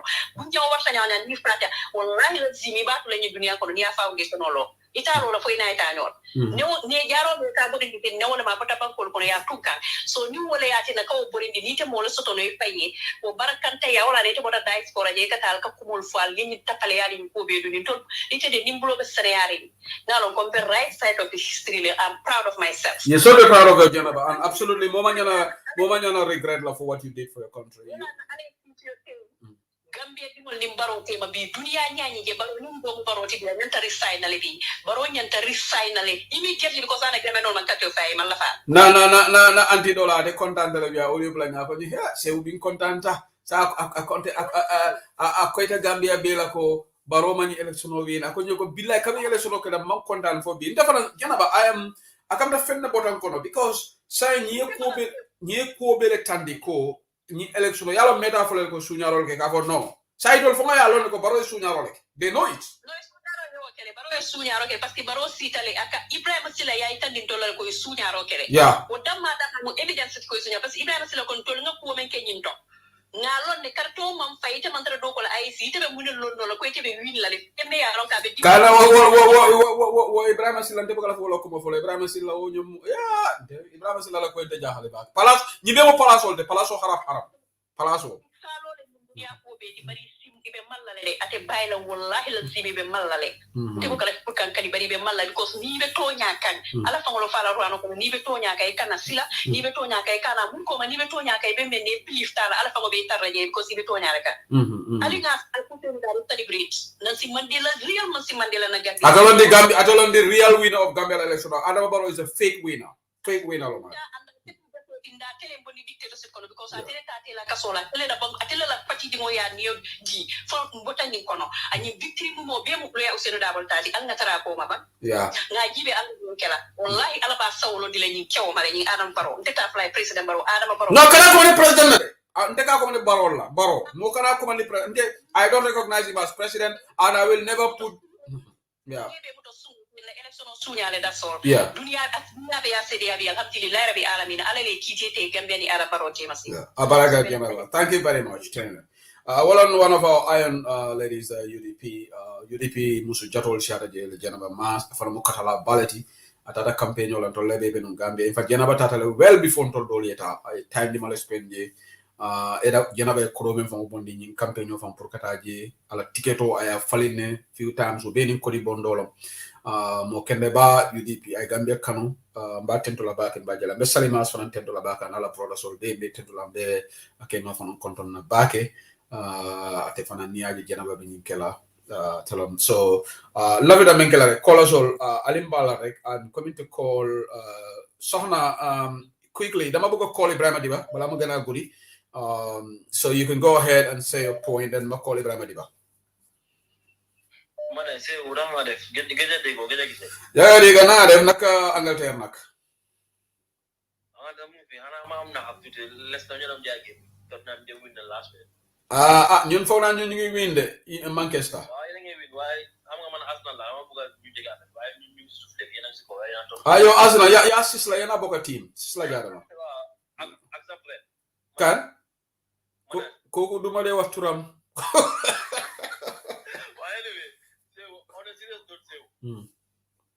xam nga yaa ngi wax tey da nga kontaan man maa la gën a kontaan xam nga man maa ngi dégg si boori stadium bi ma wax suma gars yi ma ne la xay yéen stadium fees ñu ne ma ne ñu ne ma ne stadium baa ngi fees soo gisee nit yi ma ne la hey xam nga yéen ndeysaan yéen bi moo ko seen problème ma ne ko ne demal nga dem seetaan Q City mu dem mu seetaan Q City mu gis mu ne stadium bi fees moom mu gis ambiance si biti mu fa dafa fees so te avec dem na ñëw na yëpp li problème mooy ñun duñ mën a toog ñu ne dañoo toog ñu bàyyi Adama Barrow mu gaaw suñu dëkk bi bàyyi ak force loolu duñ ko nangu dëkk bi ñun ñëpp ñoo ko moom yaa ngi na sax so ñun dañ war a am pour pousse Adama Barrow ñu pousse ko pousse ñun ñëpp ñu toogee ñu noppi Adama Barrow dafa def ko ne at yéen a fi de ñun ñëpp a ñaaka Gambie ñëpp a ñaaka na sax so from today man du ma gis tey dafa ma gën a motivé man damaa gën a fay bi dañ ko gën a continuer ñu gën a ko continuer ñu make sure kii mu gën a fii ñu mun a am suñu jàmm yaa loolu sax so loolu moo tax ma ne xaaral ma contribute tey ma dugal parce que yaa ngi wax ne yaa ngi bëgg a bool bàyyi ma bàyyi parce que dama mën a wax moo ko mën a wax balaa maa jël sa tànk waaw jërëjëf Babou Soxna jërëjëf thank you okay Fatou Sakho let me call Ibrahima Diba in Gambia for contribute then after Fatou Sakho she need a call albe la may ka European online bante bale yalong modolu biji ñu seen boppay am na lu ko jot am na ku mole ya fojanko whether we accept Barrow as president or not. Barrow will not. Who cares if Barrow remain as president? Look, we were this fake account par reigning or whatever your name is. Maybe you are not part of the struggle against Jammeh. We opposed Jammeh for 20 years. Was Jammeh not there? But did that stop people from opposing him? Some of you are idiots. You're very idiotic. Let Barrow be president, but we don't recognize him. That's our right. And you cannot take that away from him. We are not going to say he will not be in State House, but he will be there without our validation. Can't you get that in your brain? All right? People have their democratic right not to acknowledge or see somebody as a president. And you think that is not bothering Barrow? So why is Barrow asking for reconciliation? Every president wants to rule a country with unity. Because without unity, you cannot rule that country. That's why when leaders come, they always want to unite. All right? Some of you are just idiotic. You're so delusional. Okay, Fatsaho, Nieta Janenke Ibrahima Diba call. Quickly, call Ibrahima Diba call. Okay, Fatsaho, if I drop the Kotenge. I don't know. Fatsaho, go ahead. Ela call over droplet. Sangola na business sangola sotono se umbe quick to one minute ko mbe memfola about the tribalism and the Gambia. We all know that tribal card tribalism dunta Gambia la already mala fi men fola wala kata it look like siol denta mandin kolale mkanda karimenna they ready ka follow ko before we vote for Doi or our party UDP will win let's vote for Baro even though yana ko Baro manu but they rather have Baro they than Gambia we don't have love for country se usedi mo e ka futu sio yenne atara e ka mo futu sio kono e mala fa sio la abe farin tek dolbi e fasao impake ka futu yenne because of ila interest amanke ko e like le o ila futu ila sio like le de they after their interest we know what is happening we know what is going so mari afoman di amalla fikafo no this is not also fair pour mandin ko ngamu nyinka for the end of the war don't wala we have to speak up with respect but fu nyaw fanan nkambe fole ko barola molu mote barola molu kono sew sedri men seddo ko ta tarola I $1,000 bond I wara £500 bond for barolo ko ananga Gambia ko na tetor kono this majority of the media do ko kala media to mbenga na membe kering ngalo na membe kering data fola bari bi men keta barola sinyum ko lan tuni babi na kanne ita mo jamfal ala ni jamfan tuwote baro iri UDP jamfa nyame alonko they took baro from nowhere ya ke masa since dunia kamantara masa yakan wallahi ye baro ke masati baro mo appreciate baro to mo appreciate kan dunia kono wallahi ni mo bula ta ko tribalism mantara Gambia tin tebe be Gambia so some men spend Gambia for within 3 weeks kono ni na fo janna sisina no man ta fola adina katin to UDP nga banko lege but let me tell you one thing baro be reconcile men ke kangalo nda kablimbe Gambia baro ni UDP reconcile ta ndete mola UDP to de bari andi timme alonko adekala abar Gambia la political ke I'm gonna même fa expert la ko dole because I don't want to be part of anything na ta baro na la mola baro mala baro ta ko ta din ko mola te fodi so sai baro na hajo jarata e ko ta kan naga ta lo ya usenu dabo no me ya lon ko ila ta do mola de matu ga denja abaraka bake thank you so much thank you for our drama Atolo Melka for Gambia qualified. Yes, we want Gambia to qualify, but Gambia man played it. Alcatraz misinformation. Didn't have information on Mensoto. According to the schedule, na sign FCON Gambia and Tunisia be played tomorrow. According to let me just check here. Alcatraz more mislead. Eco Gambia, Tunisia, 1900 hours dollar UK time. Sama. Funny atara ye game when they brought it forward. So Moldova and Gambia played over Alcatraz misinformation of the Gambia qualified. What maybe FIFA la Femco fall in a Gambia play, but in Gambia played. We will see the result will be here. If I follow of results today. Okay. No, Gambia man play why Alcana Molu thing. Gambia according to here, Gambia, Egypt, Sudan, yes, 1-0. A play to be. Nigeria, Guinea-Bissau win 2-0. When did Gambia play? Sierra Leone is playing tomorrow. Sierra Leone, Equatorial Guinea. Ivory Coast tomorrow. Gambia, Tunisia tomorrow. Alcana, Mali, Mauritania tomorrow. Please. Alcana more confusing me at all. Okay? That it will be known tomorrow whether Gambia, I'm sure Gambia will qualify. The boys are good and they are determined. And they believe that Gambia will qualify, inshallah. But Alinkana Namulu gangs. You know, game of them play for I'll go surface. Gambia will play tomorrow. If Gambia qualify because Gambia will play tomorrow, but qualify because Nigeria won. But Gambia in Nigeria mantra group killing. Gambia in Nigeria mantra group killing. I'll get cool confused. Alphanang. Anyway, Alim Bala Rangane Brahma Diba call. Ndema fo ko be Ibrahima Silla call la de maybe slip of the tongue Ibrahima Silla fo ko kana Ibrahima Diba le call Ibrahima Silla be o call la banta ba fo mum ndeni Ibrahima Silla banta ku killing maybe go for the wrong slip of the tongue. I will never call Ibrahima Silla to come and talk here. I tell a platform auto. So let me call Ibrahima Diba wanted to. Okay, I think I saw a message here. Sometimes important messages also. Let me go through.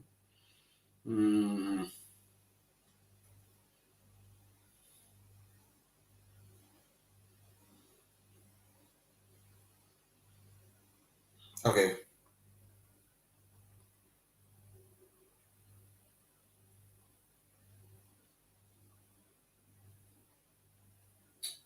Okay, somebody just sent me a very interesting news from Gambia.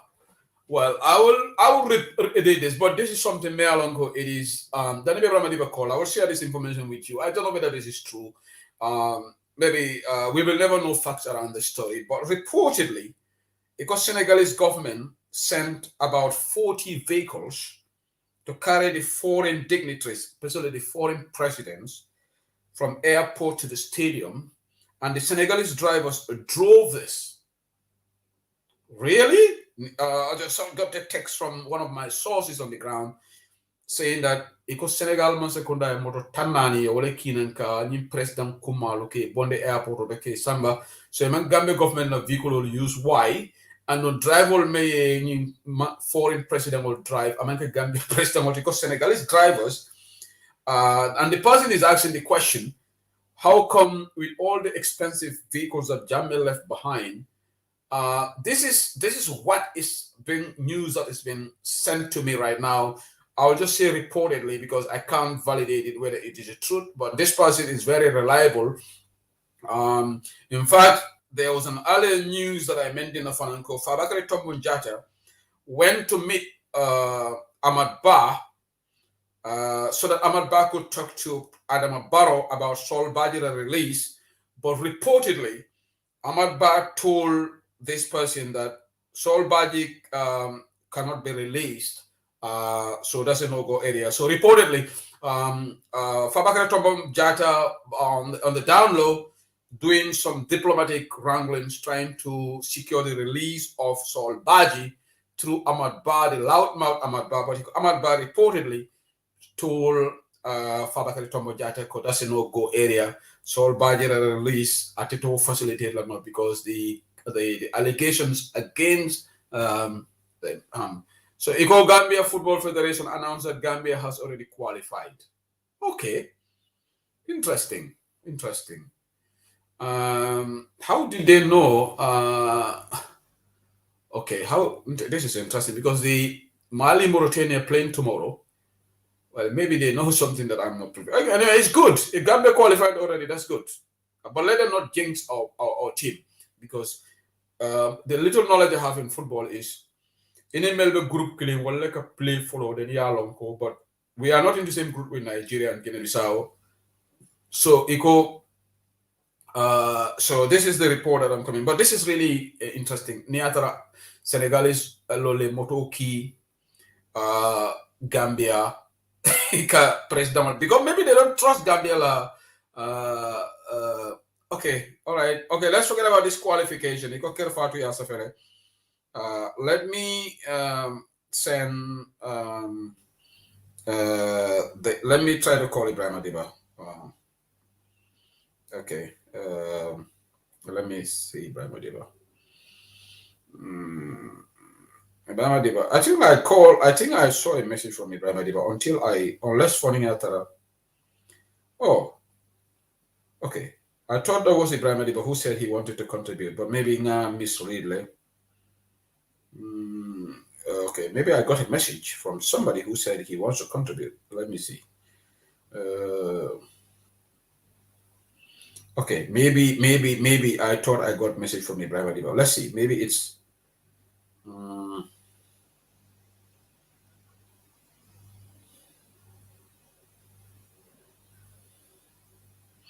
Okay, I thought. Okay, maybe I thought Ibrahim Adiba wanted to call.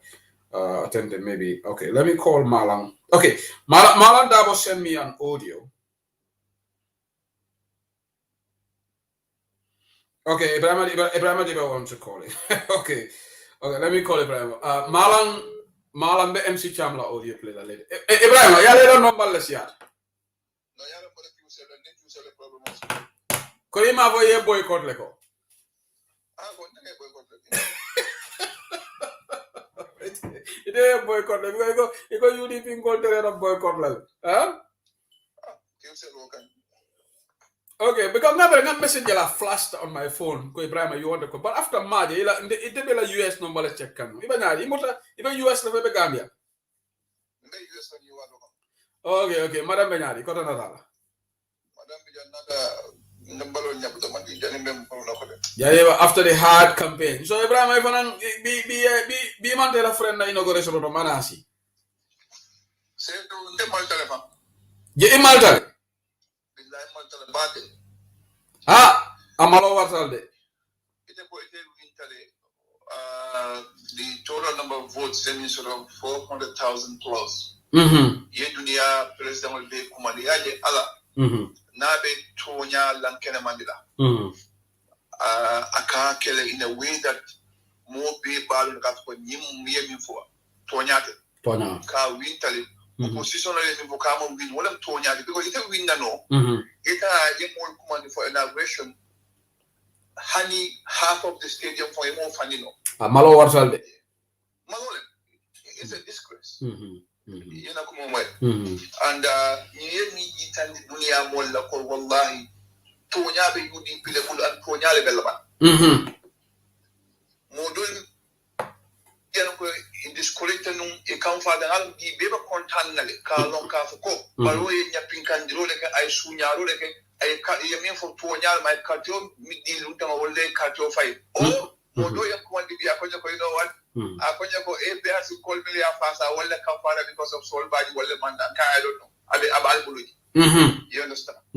For a bear to call them Manabang, for I sunyaro menke wala kan mala dunia be yaje mo be yalo ka ko tonya be tolle gusel wallahi ya in fact bi mo nekata nin ko mo jusu ko tole so new hard ka ko kelo be menke ka was a right thing wallahi bi ba continue with a new strategy and then focus ka je ka ko tonya UDP le Gambia marano wala be UDP Gambia bon ngo UDP le ko winda Ibrahima Ladabo is the real winner.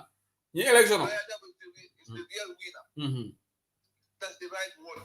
And minkan niyo kuya demanding.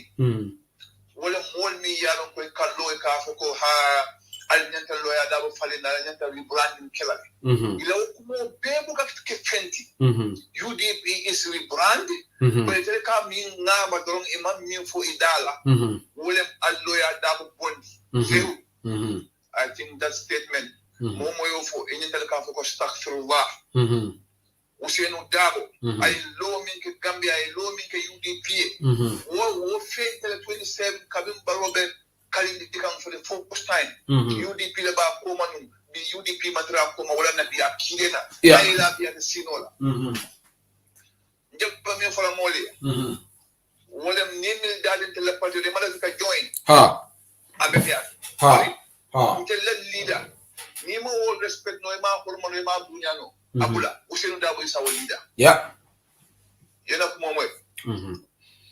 Mobi say long, and UDP call say Teo City, Kobita Kanyame now continue Wanyama. Ben Sawoso parliamentary election, or Banco Kanje. Because Gambia be a point of Gambia, better for UDP Kanye electoral, and Tonya Bentelebulu. Ba ko kelele fa dang Ibrahim elo kuma be ara bake tonya momo se daja Ibrahim kuro ko itela Gambia biko la double on the real winner of December 4 2021 election multi Adama Barrow man win Adama Barrow ya he I luntangol le register o banko kan and luntangolu wolu kata dendere ne ka mabo wol kata kata fo damale say suko and we need to put our head high up UDP mo kana relent mo ni ka kemeke kate fayo be continue lunta mi yalo ko tele date mo la kate fayo presidential election and I Ibrahim passionately nka kate o faida men be come not be there we will stand up kan ko lunta mo te date la mo la kate fayo to koten banku dingol lebe no sabala kate fayo banko kan ni lunta man so la humiliate ye malu ye kilo so ye fitino so ye dabo ni mola ka Ibrahima yalom be kuma kelene fana we have to advocate things ferol be kumol be to flano santa but yani attestation o je Ibrahima na mambon na electoral act electoral law kono ni attestation nonsense wo suñaro ni tapale abeka ka ni attestation o let sehu ya ni dunia mu karan wala andu yemi karan ku kendo re yantale la ni yaji be attesté ka to min safeda the number of attestation min jida is over 70%. Asiata anu biko baroye ni sefolu bulo toromon ne ka attestation of din life right and center you know se wonde dala raw no la le ngalone de mondi ni yobi tula ko na kilo kele makati yeah yen kilen di kanilai na keba doro ba anu se fo ye ferba yen kilo mu da nyala te jao in Sierra pulla kilo because I molle fandi na moto ko nan yalo coming saying kana nyo jalai inte go for UDP ko le baake it's not time for blame game no it's not time for blame game katol ketale kata anu ifa winter Ibrahim winter dolle winter ya sunyane election hijack bulle doron incumbency are all used but the real winner of the election is Lauseno Dabo not Adama Barrow. Wallahi I agree. Yeah. And say, more saying la kapo manina relentla na men karan I've been nafalale and I've been jolale fana. Let people understand that. Yeah.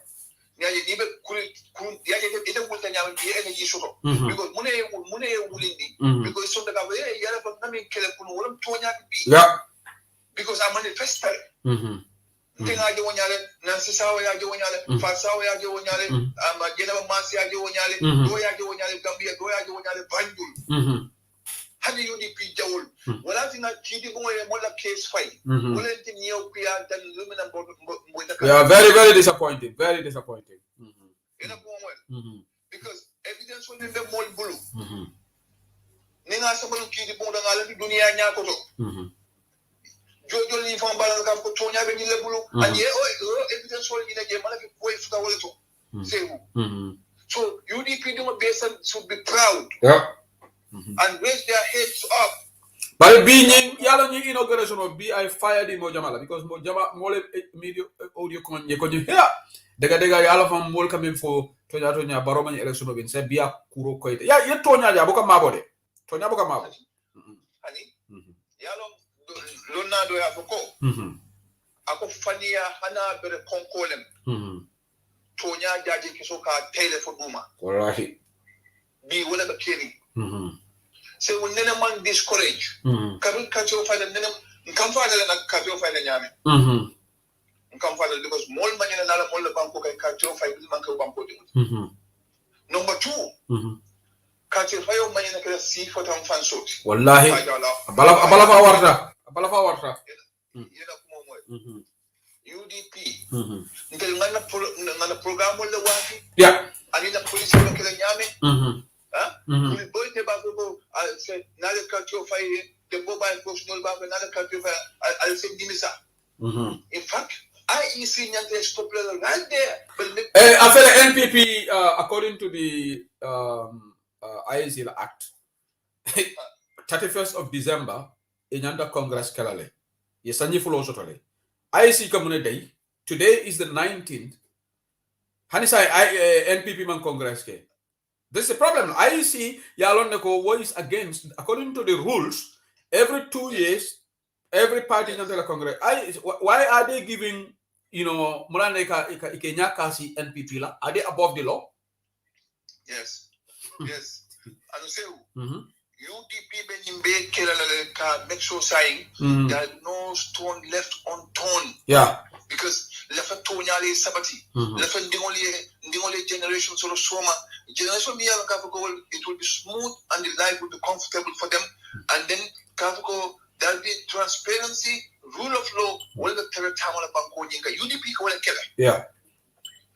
Ena kuma moy uto UDP dimo be yaka se wala le bi content e so ela ena kuma moy na kelo continent ka tonya kele se mo bu ke da hawala wallahi ni mo moy principle so e buka give up to buka mo ko yalo mu neka dan ya bra ko nek kati o fayda non ibama ba UDP executive member ka yutale NPP le UDP le deputy ka yutale NPP le bari mo je imo moy now that's why he's calling for reconciliation because I tell me for no adeka be UDP Taylor ha mo la fo wala fo de akabe UDP Taylor but yale bra men jahali iko namange ma fotonya iko namange Dr. Sisati iko mo opposition momentani inauguration to ndenga Dr. Sisati malaje ngami recognize it hani halifa fa manda yama halifa be bango ko nganda iko halifa te baro congratulate so mala munana te manta mo fon congratulations point for you but ngalo ko amantaji ngamo kliminge je wala Dr. Sisati sabali la friend you know ya doctor ya the promise Minister of Higher Education nela so mala fate taji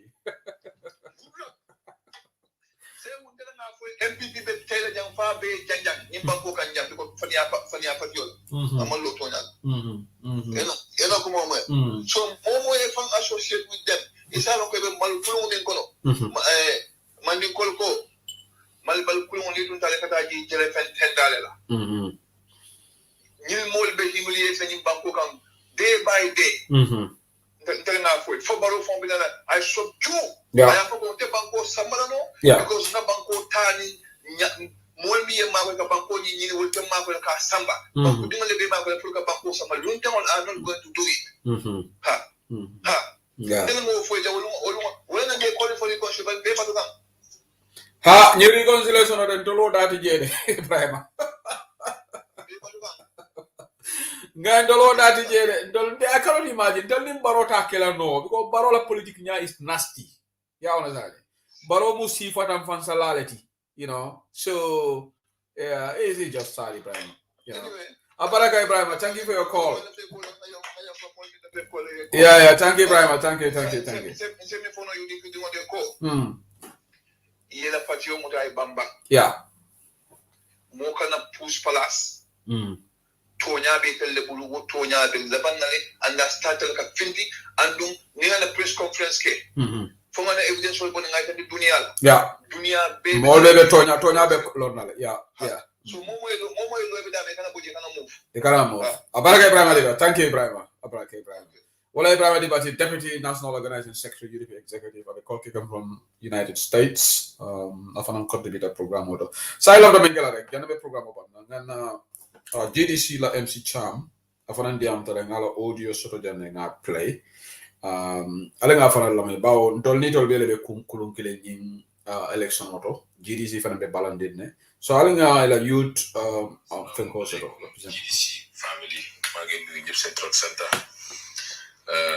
ki wax rek ne pour dépé da audio bu ndore pour waxtana sopo day nek ci forum bi ak nek ci rew mi ak ci bitim rew ñëpp gis nañ tey li xew si inauguration bu nga xam ne muy po attendance inauguration bu nga xam ne tey am na tey mbooloo bu génn tey dem si inauguration bi ñëpp gis nañ naka la mer lii rek mooy won réew mi yëpp ne ak international observers nga xam ne ñu doon observe élection si Gambie bi dañ ko rëcc élection bi dañ ko sàcc loolu kay leer na fu mu nekk nii because nataali ak image yi ak vidéo si ñëpp ñu ngi koy gis nañ stade bi te inauguration bu nga xam ne someone Mamadi mbato ngani audio play Mamadi hold on ngani audio play first I'll mbato ngani audio play moom win na almost 470,000 nit ñoo ko votal te nga xool stadium bi naka la mer lu def laa woon ne dafa garaaw because gars yi nga joxe excuse di wax ne waaw tey nekkul holiday but nomination bi nekkul holiday liggéey la woon waaye gis neen mbooloo bu génn ak tam nga xool tam si wàllu 2017 bu mu waat gis ngeen bu bàyyi 4 o'clock fajar stade bi fees na wallahi space amut loolu leer na 96 tam di same thing bu jàmmee doon waat ñëpp gis nañ naka la meloon fajar la stade bi fees kenn amul space pour dugg wala pour toog lii daf laa woon ne élection si winuñ ko dañ ko sàcc loolu leer na dafa nekk rek ne suñ Supreme Court bi ñoo bañ a jox opportunity kon mbaroon nañ ko mu pour métti si code bi yëpp dina leer boo nangu jox Gambien si di opportunity pour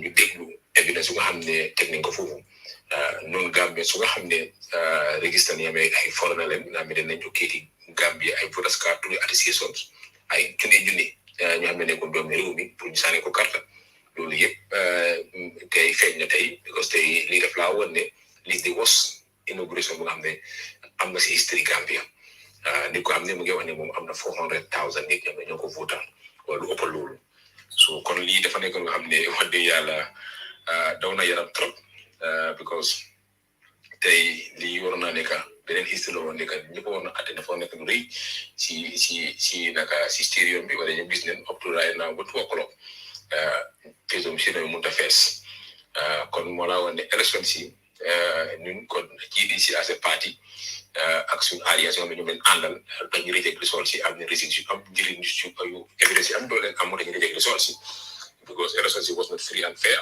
and loolu tey leer na tey si askan bi because stade bi si waree fees 35,000 ñoo ko war a feesal so mënut a feesal stade bi 35,000 Gambien ñoo war a mën a feesal stade bi so loolu mënut a fees ko moo laa wane ne am na lu si laxasu so tey si kanami président si nga xam ne tey ni ngi ñëw ñoom gis nañ inauguration des maires ak ku war a waat war a am under 5 years jërëjëf ci waaw jërëjëf MC Cham Junior mu ngi wax si tur yi sorry mu ngi wax moom tamit nanguwut ne Barrow dafa wéy moom GDC ñoom tamit lu mu wax lu leer la dëgga moom kenn mënul ko xëjanal soo ko bugg a def sax du mun a yaaga dëgga moo di mujje waxoon naa lii bu ma nekkoon Gambia comme MC Cham lu wax in 2016 bu Barrow win on just majority of 18,000 bu mu rawee Jammeh waaye dëkk bi yëpp a kontaanoon and people celebrated in jubilant mood. People came out. ñu ngi wàcca nataali Yaya Jammeh bi Jammeh mer waaye gisuñ loolu this time early hours of the morning stadium bi dafa fees del. Why hasn't that happened? Come and see their lies. Dañoo dem right now manipulate videos yi because this technology and you cannot convince us. Stop us sending any video. We saw live images. Kerfatu was broadcasting. Magis bena NPP porochi buguma wax turam because man porochi duma wasen tur fi porochi bobu nonu mo njëkka comment mu ne waaw Kerfatu dañoo sabotage Magis Fature sa tontu na ko mu ne idiot la Fature mu ne idiot la so Magis bena NPP support ko NPP la doon support de duma wax turam fi de comment na mu ne ko but this is the real image. So kogo sax acknowledge na mu ne this is the real second. So maybe they will go and manipulate the videos to try to come and tell us the stadium was full. The stadium wasn't full. Don't take any video from NPP. They will go and try to manipulate the images, try to share it on Facebook, UDP, because this is a live coverage. You know, President Bissau Kuku defa tell njibi. The proof of the pudding is in the eating. Gambians yi gis nañ because 2017 Janaba Mas doon wax fii Janaba Mas mënut a dugg stadium bi ba dafa ñibbi kër. In fact, people struggled to enter the stadium. That was genuine love. Why didn't that happen today? Because Barrow did not win. So same on the people who went on their timelines. While UDP dañu war a concede, UDP because am na ñoo xam ne they are so gullible. Just because IEC declared Barrow winner, so automatically Barrow never win. Election is never rigged on the day. Man wana nitine on the day of the counting, sacking day, then such as a registration. So such as a registration, you didn't win. Because registration, you manipulate with the electoral register. And that's why Gambians am fight tay talks and carry because Bugun Barrow neka sen president. Because you 400 can we gain 400,000 and you cannot fill up a 35,000 or 25,000 stadium to capacity. How does that make sense? But you claim you 454,000. Forget about the 400,000. Even the 54,000 alone, Munanyo Faisal Stadium best. Lilum wanare Adama Barrow such a katla te aduna bi yeb gis nañ dafa such election te duko jig in terms of his presidency. Harama wax lu leer. Endina mi man xawma lolu. Man suma bop awma suma endin mo moy laban dula lo. Nga même fo Adama la president ya ata watila because ay suñaleke. And Adama will see challenges upon challenges. Maralobe kolea la bulle fafuma ya lom because I tapale ya leke. Nyin sira mote sumaya la akono because ye tapale ya leke sitege. You registered non-Gambians against the wishes of the Gambian people. Alright? And I tell you what ila. Itani nyin sumol ni tapale ni Sidi Njai wal membere ni tapale ya kono. Sidi Njai nak ma wax len Sidi Njai. Sidi Njai ni Gambia ne haklutu Sidi Njai la telebe Gambia dundi la fituno kono. Sidi Njai is a venom. Sidi Njai ku bugut Gambia. Sidi Njai interam lak la. Mom buguta liggéey dafa bëgg jegeñ leadership so that he can have an easy right pour mu am dunda bu baax. Sidi Njai dugal na Gambia si problem. Even this problem between ñoom Sol Badji ak ñoom gaay Sidi Njai moo nekk diggante.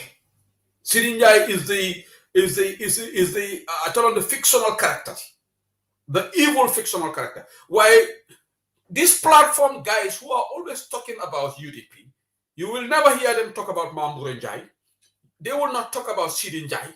They cherry pick who to talk about. They will talk about Mamadou Sabali, but they will not talk about Sidi Njai.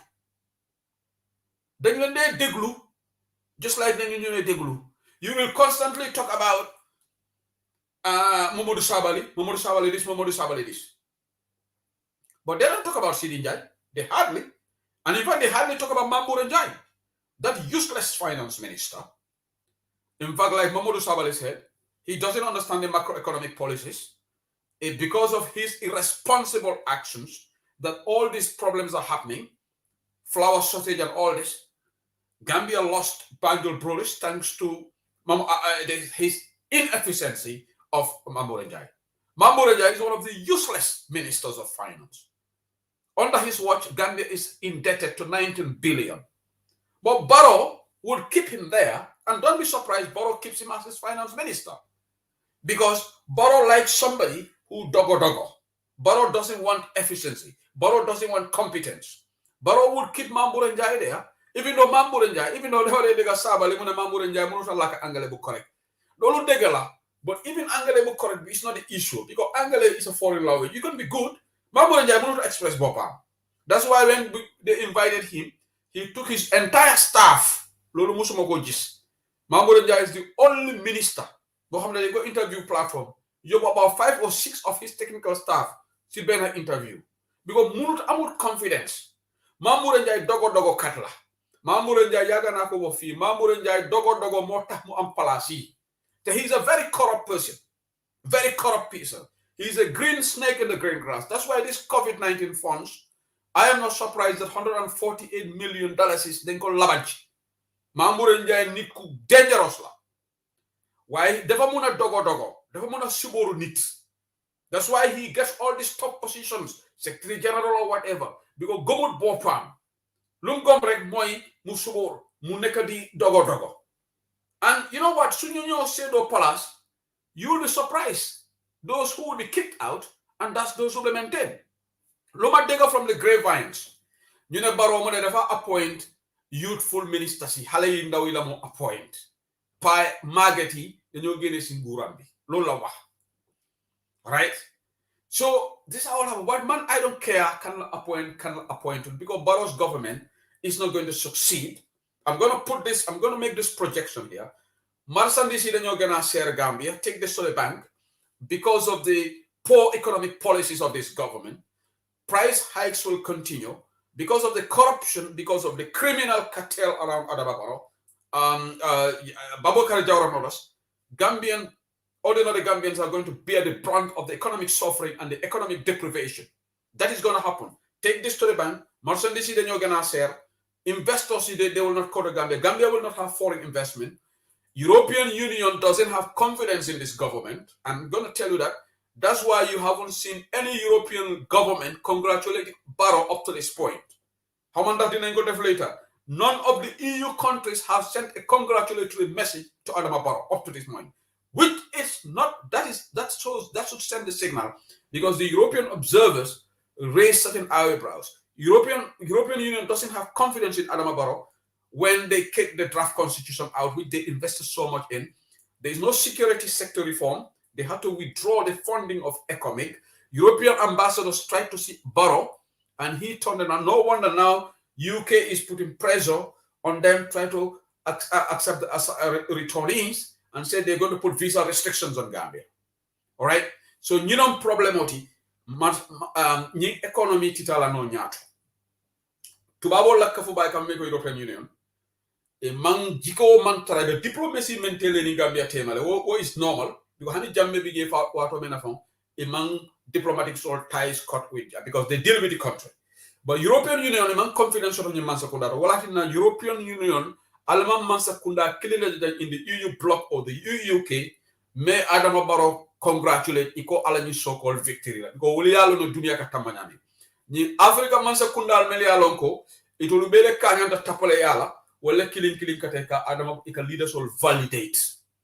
All right, so you know issue di wala na Africa coup d'etat ka siya Africa. We don't want coup d'etat as democratic people, but in ka tandala ko even Mali and Guinea Conakry menkata je amanke sawoti.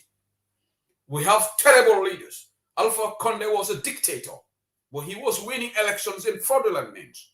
The Guineans had to come out and say that's why the Guinean people came out and showed love to Dumbuya, even though military coup kataje, mama military coup. Africa te raglela no nimman good leadership also. Nyatonka furingol nila criminal cartel, and this is why Adama Barrow ateman confidence to our security wala natilafla ekomigeta. To him, economic should stay there as long as he's president. That's between him and Macky Sall. All right? As a man, economic has to go. Whenever, because they can't continue living in Gambia. All right? Macky Sall will not be president of Senegal forever.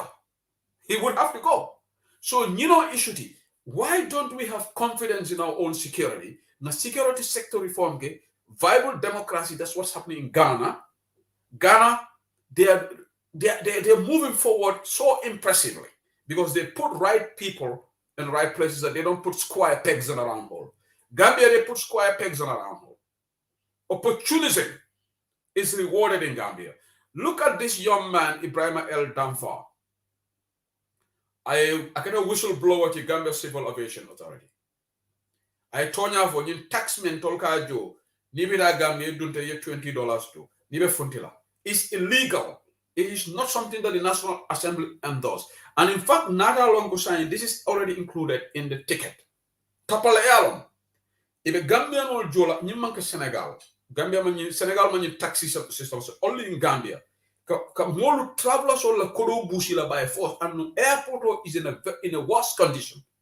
Ni million America collect tapale like a doom mitole. Because you Mansakunda tapale wallet.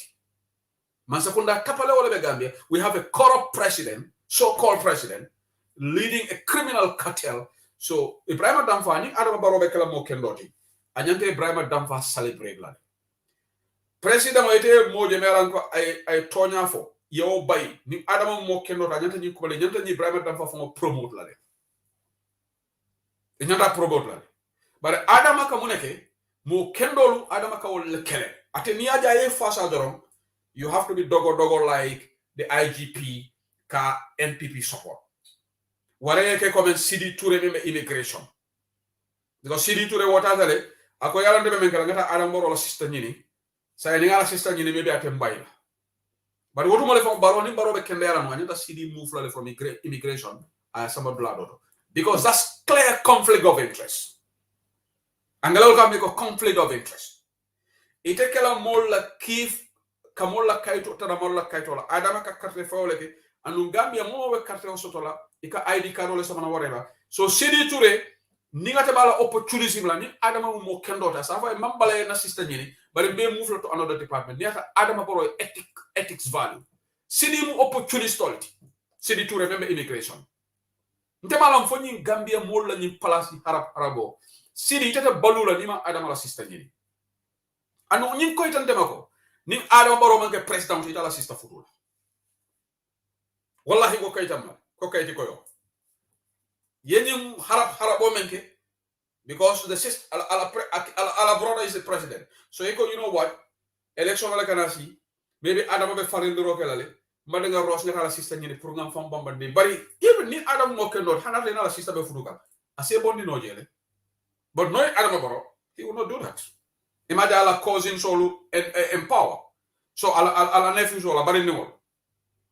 Njagani Amadou Sani. Wolbe haiti la banko kan.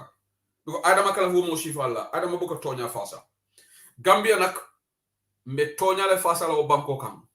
Ni momo be Adama fasa la fani yakan. That's your bread and butter. That's not our problem. Right? Until we believe in the principles of justice. That's why today I'm happy that Saul Badi is facing justice. And I'm very, very happy that he has some court. Ninga taraman kuke ya bulai tala haju toporo. But ni kitio ya muta ya anyanda tala damai taradami. Motu jojo lubulu. We expect our judiciary to be independent. But today, nkamen for jawola nyinti, landing tamba, something baji, Saul Badi. Wole be nyame monana DG show abe serial bunko no air condition be warla DG show ay kurial leke NIA ka bamba dinka kurial men kataje ka file be mabo ka fengo conceal evidence. That's criminal. Why is Gorgin Book protected? Gorgin Book 2 commission reports wala implicate, but today he's still in the police force. Adama Barrow is doing tribalism in Gambia. But if you don't think outside the box and you are not somebody, a critical thinker, it's all na be sifa tam fancy sifa men kekan Gambia. Aka siyo dolu protect life for his own political gains. So that will say support at the continental no Gambia. What is good for the goose should be good for the gander. Nial be Saul Badi kitindila. Usman Sow nyanta kitindila le. Interior Minister Sonko nyanta kitindila le. Mofala kanyi nyanta kitindila le. Oya nyanta kitindila le because ibe mo manyana fatam fanzo kele tema. Hadama dingo nyanta tilim na le. Ye mo muta ikai kuriya le kata marita fansene yandi. But why you are singling out Saul Badi? They are not defending Saul Badi. I will never defend him because he needs to face the law. He should. But it shouldn't be carry picking. Ha karimu nyin siyoleti mba protect lale. Because wole kam fasa. The victimization of UDP members in the civil service got to stop. Adama, ika turuja wole fi Gambia. Ni mansa kunda don nate start ketela NPP goal for them victimized. And what goes around will certainly come. What goes around comes around. What goes around will definitely come around. Ibe UDP mol mem bay kan system ko na ko ka UDP la support. Ibay. Because I'm a sembo be telebulu. But sembo mo mansa tala le tati. Andung atel mansa tala te kala kool ke nyame ateda mala yalo. Ibe siri nyindulanto yamira ko you are untouchable. Wallahi Adama yakulot. Melia surround si ko bondi la koto ni UDP moma be system ko na kuriyake. Wallahi nyanta mari reprimand la. But equally ni mobo NPP ay kuriyake nyanta reprimand la. Nyanta tilim na le. Manko dingol tema. Ndeta UDP member defend la jang. But you are giving free hand to the NPP supporters in the civil service. And you having the whooping stick. Iko momo be NPP UDP ala bay. Ika Gambia Civil Aviation Direct la management blow toromandon. Ken ningo diamota ako alba politically alba victimized kan boy dimba yalle soto. Aliye madam boja muta janalia bay. Membe prison. Iko ko lawyer double celebrate. Bari membe jama musudobe num Joshua prison. I NPP support alman fenke wala. Alko alabe kairo kala tolienne. Wallahi momo e fasaro ke alate kairo kala liye. Ni ko jubadi nga fogg ne yalla def la defend forever. Yalla mom lu mo defé mbiram momo ko xam. Dafa tok di la setan comme lu mu tok di setan jame be jame tok bew mu ne mom dekk bi. Mu ne dekk bi ma ko mom. Yalla won ko ne man ma am dole bi du yow. The same thing is going to happen to Barrow. Take this to the bank. Because Barrow dafa yaha Gambia be pare. Dafa divide Gambia. Barrow dafa planned, amplified tribal discord. Te amna ñu dé wax fi wax tribalism neko Gambia. Dimbale len ñu yow sa xelaat nga am. You think we will sit down and say there is tribalism in Gambia when it's not there? Bëgg len ko wax. And the fact that there is semblance of harmony in Gambia, meaning the people are not bitter. Well, like a lot of Gambians, they will not tell you outwardly. If you talk to people privately, there are a lot of people who are bitter about this issue of tribalism.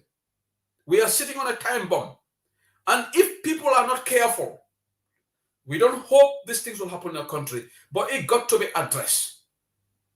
All right? These things are happening, and it is growing up. You sit down there and say, oh, Gambia, mom, tribalism neko Gambia. That's your view. People are angry. But people are not going to react. There's tribalism. I'm not going to say fee and you come and say I'm problem because of this nonsensical politics. It's sad, but tribalism is happening. All right. So let us try and pray for peace and stability of our country. The program of Kumfala Janne, it's been 3 hours 38 minutes. We have not had this sort of program on Bantaba for a long time. But I have an announcement to make. The program will be falling. Bantaba will come occasionally when there are issues to talk about. It's not going to be the normal regular programming. But when we have issues to come, we can come any day. So be assured. But this platform is here to stay. It doesn't matter. We know Barrow stole the elections through massive registration of non-Gambians. We know that. And that evidence is out today. Everybody saw it. So Barrow Ganya won. Stadium did not on first down. Come Luhe won in 2017. While Barrow si bopam kontanut lolo ta munuta even hold papers kayit bu xamne bu mbuga read mu ngi struggle be mu ngi def yenen mandargay he felt frustrated. I'm sure maybe he's happy. I don't know whether he's happy with his Secretary General or happy with the Secretary General or the team, thinking that ñom jaxase kayiti. All right. Gambia political opportunity ñu wan ñoo xamne gomuñu dara ñooñu bu kenn mere seen affaire lii lañ xam niki loo xam loolu ngay def. All right, let them go and align themselves with incumbents. Niki so gome sa bop. Danga talk. I'm not against supporting Gambia.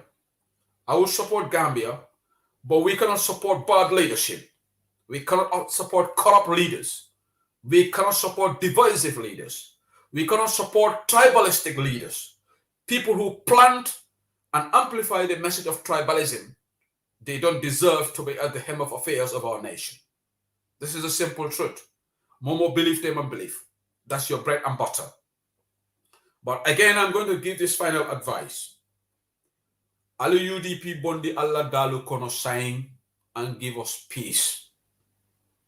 For the past 3 years, on your respective platforms, 3/4 of your time, UDP. At least, fogna legi dengen muna may jamma. Because UDP is not in government. We are in the opposition. Alala bulolu tandi nyaton ko la melben na banko marakan. Aliye fata UDP la.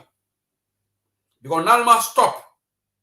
Well, we will start calling your names out and ask you, why are you constantly talking about UDP? Because we are not in government right now. We will not be in government. We are part of the opposition that genuinely won the election. So these platforms that are constantly talking about UDP, keep the name of UDP out of your mouths. If you have a question to talk about our policy, that's fine. But focus on Barrow and his cabinet and how they're going to steer the affairs of our nation. That is, if you want a progressive Gambia. But it's only in Gambia, people are so delusional. They will spend 3 hours of their time, 3/4 of their time, talking about the opposition party. I don't see that anywhere in any progressive society. I don't certainly see that in the United Kingdom. And it doesn't happen in any country. It only happens in Gambia, Facebook Republic. Every day they get up, they will even ignore deliberately the wrongdoings of this failed administration. It's nothing but tribal bigotry. You admit it or not, and we know it. So Mena Diamo conclude the time. Call me a tribalist if you want. Mbe Gambia manding kolu. Nonsense o dolka kenna, ndol fongole ka sabu. Ndenga siyo bele fasa jam. Anon siyo si boita kante be fasa lale. Fone mammen kalamoto. Ni momo wulita je sido neng. Mba condemn lale. Ndebuga cherry picking ke. Alright, and I think my records are clean on that. For the member of Itonia follow. But the Gambia Manding Kolunak, it's time for us to have a wake up call. The antagonism is out there.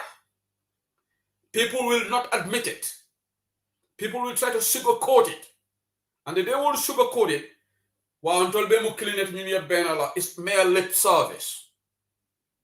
Ni moma la fila ate la filela. Alright? Ni moma la fila ate la filela. A word for the wise is enough. There should be a wake-up call to ourselves. Medan na jere. Nyanda mem folante atol be mu keba le finta folali. Alright? Tribal bigotry should not be directed at any tribe. It should not be directed at Manjagos or Jolas or Fulas or Sarahules or Mandinkas. But Nkamenja significantly, particularly after this election, what has Barrow's victory got to do with Mandinkas? There are Mandinkas in NPP who voted for Barrow supposedly, and they are in the executive of NPP. But the insults were squarely directed at Mandinkas. So I said, I even saw a screenshot on somebody's timeline, wrote a very nasty derogatory remarks about Mandinkas. It's on the person's status. Somebody sent it to me. I can't even share that on Facebook. But in Tolebem Fongolu Bunya, respect is earned. Respect is not given. I am going to champion this message. And I will champion it well. Alright? Alingam Fongolu Bunya. Alingam Fongolu Koroshi. Mota Kelanya, we have to do it for ourselves. Because when we have been insulted, it was only when Jammeh insulted us, they showed solidarity with us. And that time, they did it because Jammeh was killing everybody. They did it not for us, but they did it because Jammeh was everybody's cancer at the time. This time around, when it was done, there was no solidarity. We defended ourselves. There was a muted condemnation of it. There was no general condemnation of it like it happened in 2016 when Jammeh did it. A word for the wise is enough. And we all have to look at ourselves in the mirror. Mo kana afango fisayanditi afango ayekong idefanan tole ma etara bulari mo mari noma mbeto nyale folali jande ngale ben nañu video kotla le afo hambe I care less. I can defend myself. But a word for the wise is enough. There is antagonism against Mandinkas in the Gambia right now in the civil service. Ikadumale by primarily they are Mandinkas. Baroka mel by them primarily they are Mandinkas. Akamel by from the department. This Ibrahim Damfa, Mandinka Dingolo. The guy at the Gambia Port Authority. Because in Imu Mandinko direct, it came to the UDP. There are fullers in UDP. Aisatoba is a fuller. Malik Shaw is a fuller. This guy in America is a fuller. And Nene Jalo in Soma, na sister Kendo Fulolomati. All tribes are in UDP. Jola Lombang, Albin Mendy, Abe Scotland, Manjagolom, Abe UDP, is in our UDP media committee in the UK. I'm just trying to give, the UDP is not a tribal party, but they have this nonsensical, this mentality in them, that UDP is a Mandingo party, and that's why they fairly characterize us, UDP party Sosela. Because they were Ben party in Gambia, apart from UDP.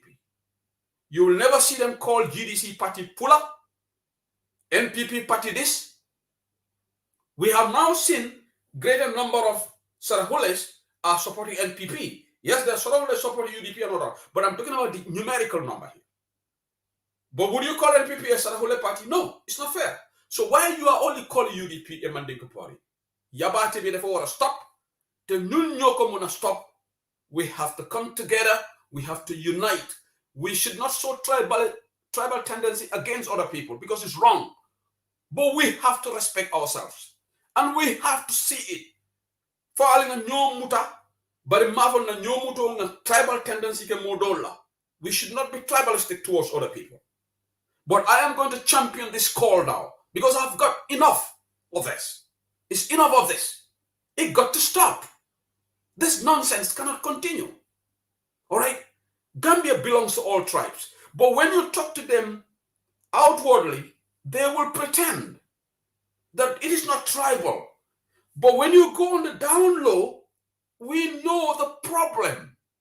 They will tell you. It's there. It's so hard to say. All right? We got to look at ourselves in the mirror. We got to change our ways. All right? Let us try and be smart in our actions, our thinking, all in the name of developing Gambia. But it can't do for all anak.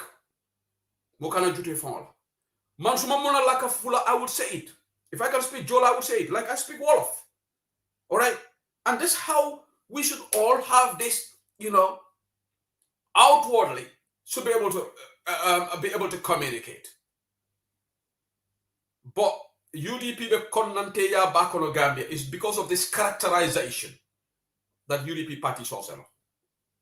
Wait again, Gomko, Gomulenko, it is there. And this is where we got to look at ourselves. Again, the final advice I would give. Alingan diamo on policies. Moving on. Kuma jamale soton se memfono. Mo kana personal attacks ke. Personal attack ma mo na fa fenna. Kadiamo mo la personality la. There is no space for that in a decent society. Because everybody, you have something under your closet. Imalafi moli mello wala na ala shuto ni tilibolo dara. But the political nimbakan, alinga nina personal attacks la. Alinga nina, for example, on the corruption scandal, the COVID-19 funds, the drug issue, the intimidation of the UDP supporters in the civil service, the petrol short saga, gun petrol saga, the wrongdoings of this government, the Banjul Development Project, the witch hunt against KNC, because Talib belongs to UDP. While Sirifo Sonko blatantly caught in abuse of office, and they want the Musobe Lakan, that corrupt local government minister turned blind eye to that one. So Mana Neman Sirifo Ma, Sirifo should resign. Ning Tubabu Dulon, Sirifo would not be in office. In Tubabu Du Bankolum by now, Sirifo what the office. But Sirifo Sonko is Yalon Tola Model, Malabalia, Kataramola Kotole. Because such scandals. The Akanajan Nandola Health Minister Matt Hancock. What is the CCTV layamuta? Abala Sunkuto new phone can under the COVID-19. The next day he resigned. Got to Babol Memang Commission Moting, got to new follow Janade. It only ethics value. But Sirifo Menga for Kota Hawk. Akavo Wandi Musoyko, next trip metal Sambala, but Jamimina la ni in Konolevina. Subhanallah. Subhanallah. Wandi Musore. Nemo Councilor. Today the government has turned a blind eye. In fact, the next minute what we saw, Adam Abaroni Sirifo in Natal to show endorsement. But these platforms, Melga UDP Kumofojan, did they talk about that? They ignored it as nothing happened. But Ningatara Nimu UDP official letting him for may God forbid, Nalanko Talib talk, and didn't Talib Linke or Aketa Rohimali Global or Aketa Morodo. It would have been a topical issue on these platforms. They would talk about it. But Sirifo Sonko Saga, they ignored it as if nothing happened. They are not even talking about it until the UDP call about Foka. Okay? So Gambia, Alinga nyo tanga nyo support. We have to support each other. Muta. So meo yamari nyumole dila na fellow colleague sola. Mo kana kuma dimindim fo moye mo kana mo neng. Nendiro mang civilize. Ise la opinion fo no le man nendiro ke. Nendiro man betea. Nendiro man betea. Kumo se dimi? Yes, those are the kuma dimi fo, but kanan nendiroke. Let's depart from that. mo kana mo wululane mo kana hani mo fo nen sako wulula mbe yamaro dila ala babaro ngalon ko e sunyaro kele bare nate issue soto dorom ala wululal de innocent just like jamme la wululal de innocent ngani fo jamme jamme bring jamme bi jente na manam kuma fo jamme bama ala mane mani ko for kala because jamme bama innocent ale jamme dingol fo innocent ale jamme la ko to sambala dingol kan so ini mome issue soto ale ngani so ala baraka bage alama suto kero si I'm going to terminate the broadcast here for what you do when we will come on UDP online bantaba ala baraka bage alama suto kero si so this has been an extensive edition of UDP ala baraka alama suto kero si ala baraka thank you.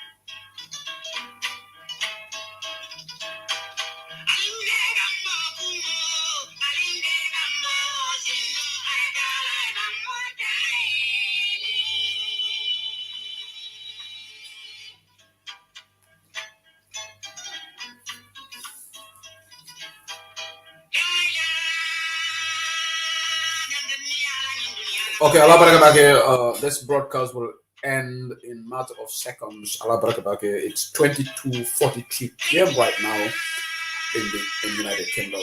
22:43 p.m. in the Gambia. It should be 11:43 in Belgium right now. Allah barakabake. Mbal tentolabake. Mbal jaila. Thank you for coming here to listen to the program. La program. Alama Cairo Siala Bangkokam and Dunia in general. Alama alay Tonya Fasan na Bangkokam. Semenya na Tonya de Lola Jele. Alama Ubekela inshallah. When it will happen, only Allah subhanahu wa ta'ala knows. But like Ibrahim Adiba said, like many people said, if you have principle, you should not despair. Thank you so much to your support and everything. Thank you very much to everybody that watched this program. Same on this government and same on the IEC and everybody that thought Barrow won the election. It's now crystal clear that the elections